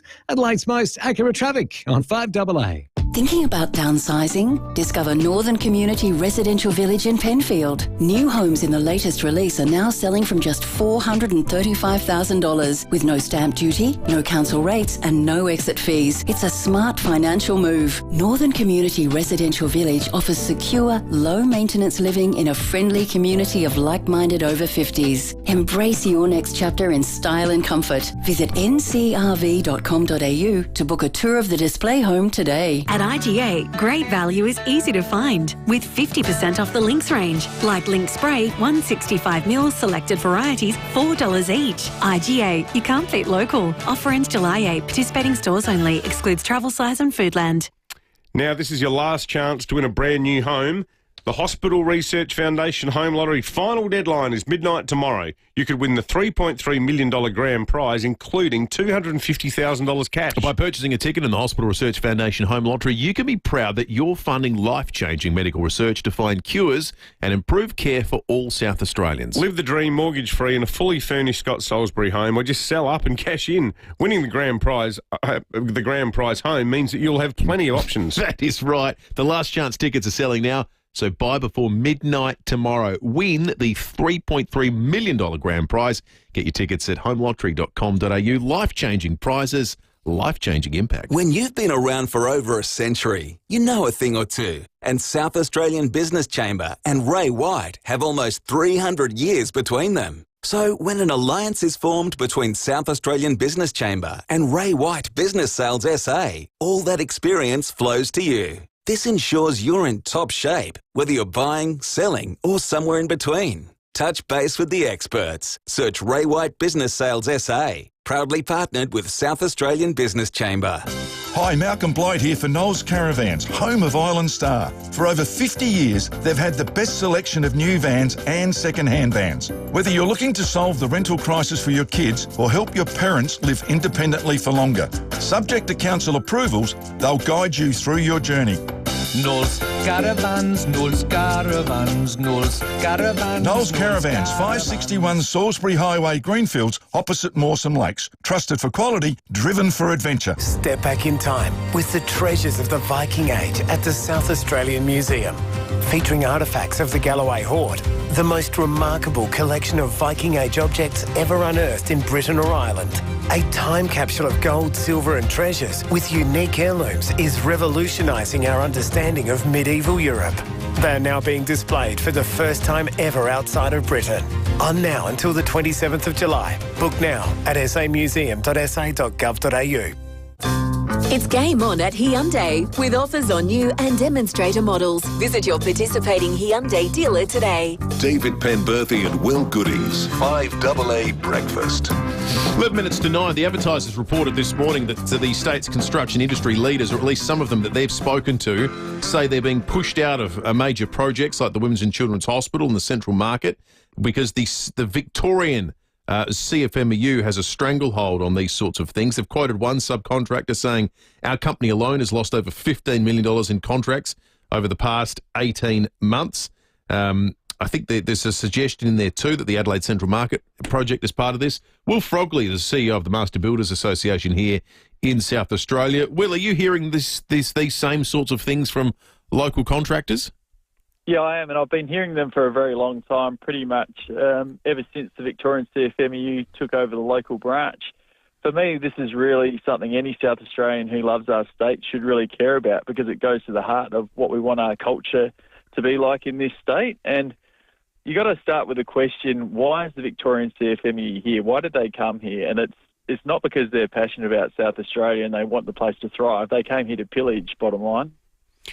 Isn't the problem with this, Will, though, that you've got some bigger construction companies, eastern states-based construction companies, that would rather just factor the dealing with the CFMEU into their much bigger budgets in return for industrial peace, and that they just bend over too readily and let the CFMEU call the shots? It's a big problem because the Victorian CFMEU can pressure builders that build right around the country and they can cause a lot of damage to a business. So it is very tough for a lot of people. But bottom line is, you know, again, do we want the Victorians in South Australia? I think there's things that can be done to wind back their power. And to be honest, I had to laugh when I saw that they claim to be bringing in industry best practices from Victoria. What is it exactly about Victoria that we should be trying to emulate here in South Australia? Is it their sky-high insolvency rate? Is it the widespread use of bikies as delegates? Is it using underworld figures to resolve disputes? Is it the massive blowouts they have on government projects that's plunging the state deeply into debt? Is it union officials using union money to go on luxury overseas holidays and stuff like that? Is it using controlling a unregulated redundancy fund that they've got over there that gives the union Victorian CFMEU tens of millions of dollars every year? And to be honest, I think that's why they came into South Australia in the first place. It's because of this unregulated fund they control. They thought if they can get tens of millions of dollars a year in Victoria, how much can they get if they go into other states like South Australia as well? Well, does the state government then need to have a closer look at this, particularly when you've got something like the whatever it's up to now, 4.2 billion or whatever, the Women's and Children's Hospitals on the horizon? Do we need some sort of SA first policy when it comes to contractors and so on? Because it feels like Mally did a good job dealing with the sort of superficialities around the relationship with the CFMEU by forcing Labor to hand back that donation. But in terms of stopping this spread into SA, clearly that's been a failure.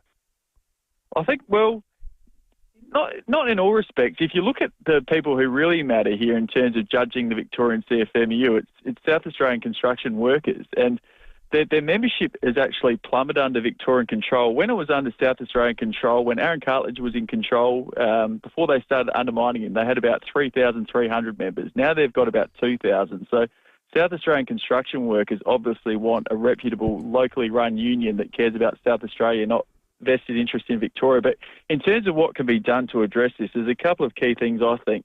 Definitely we need to tighten up procurement policies in South Australia here to make sure they're similar to Western Australia, for example, to stop, companies being able to bounce in, do some work and bounce back out, just simply hiring a few locals and then leaving.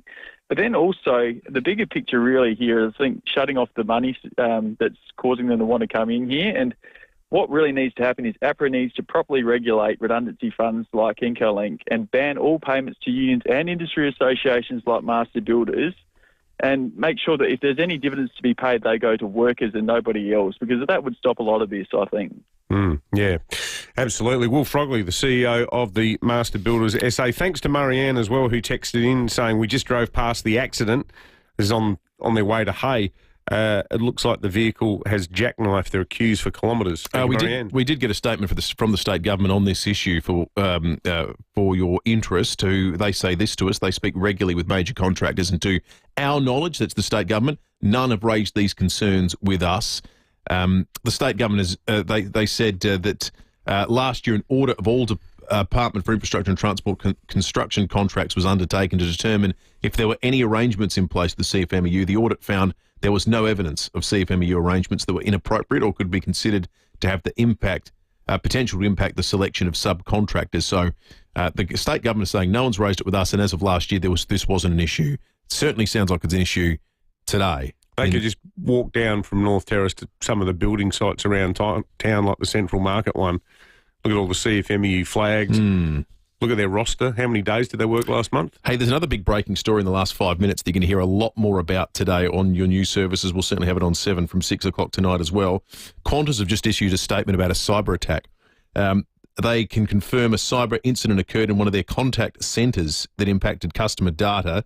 The system is now contained. I'm reading directly from the statement they've just issued in the last 5 minutes.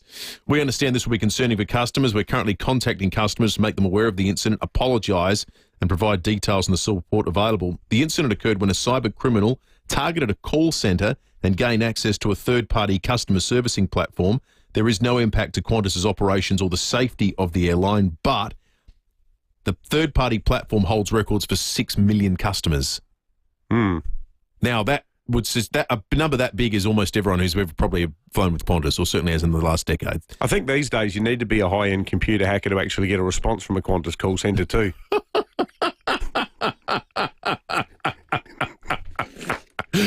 So expect to hear more about that story. Your hacking is important to us and has been placed in a queue. Maybe you're right. Maybe they'll just try to book a flight. You are now the 39th caller in line. You are the 34th hacker online. Let's check the fuel situation. It's better to be a member with RAA Road Service. You can get it for under $1.60 today. The mobile at Hampstead Gardens North East Road has unleaded for $1.59.5. The mobile Torrensville and Henley Beach Road's close, $1.60.5. Otherwise, $1.62.5 at the United Ottaway on Grand Junction Road and $1.65.5 the United Old Noarlunga on Main South Road. Diesel, $1.68.9 is as good as we've seen it. That's at the Shell at Largs Bay and Victoria Road. And the Shell OTR Jeps Cross Grand Junction Road's at $1.71.9. What's your favourite road down south, Wills? Is it Panalatinga or Patapinda? Have you got a favourite of the two? Down south? Panalatinga Road or You mean to say? Yeah. Panalatinga is lovely. Is really rolls off the tongue. Yeah. I think it's beautiful. Yeah. All right, that's all from us. Graham Goodings is coming up, and we will catch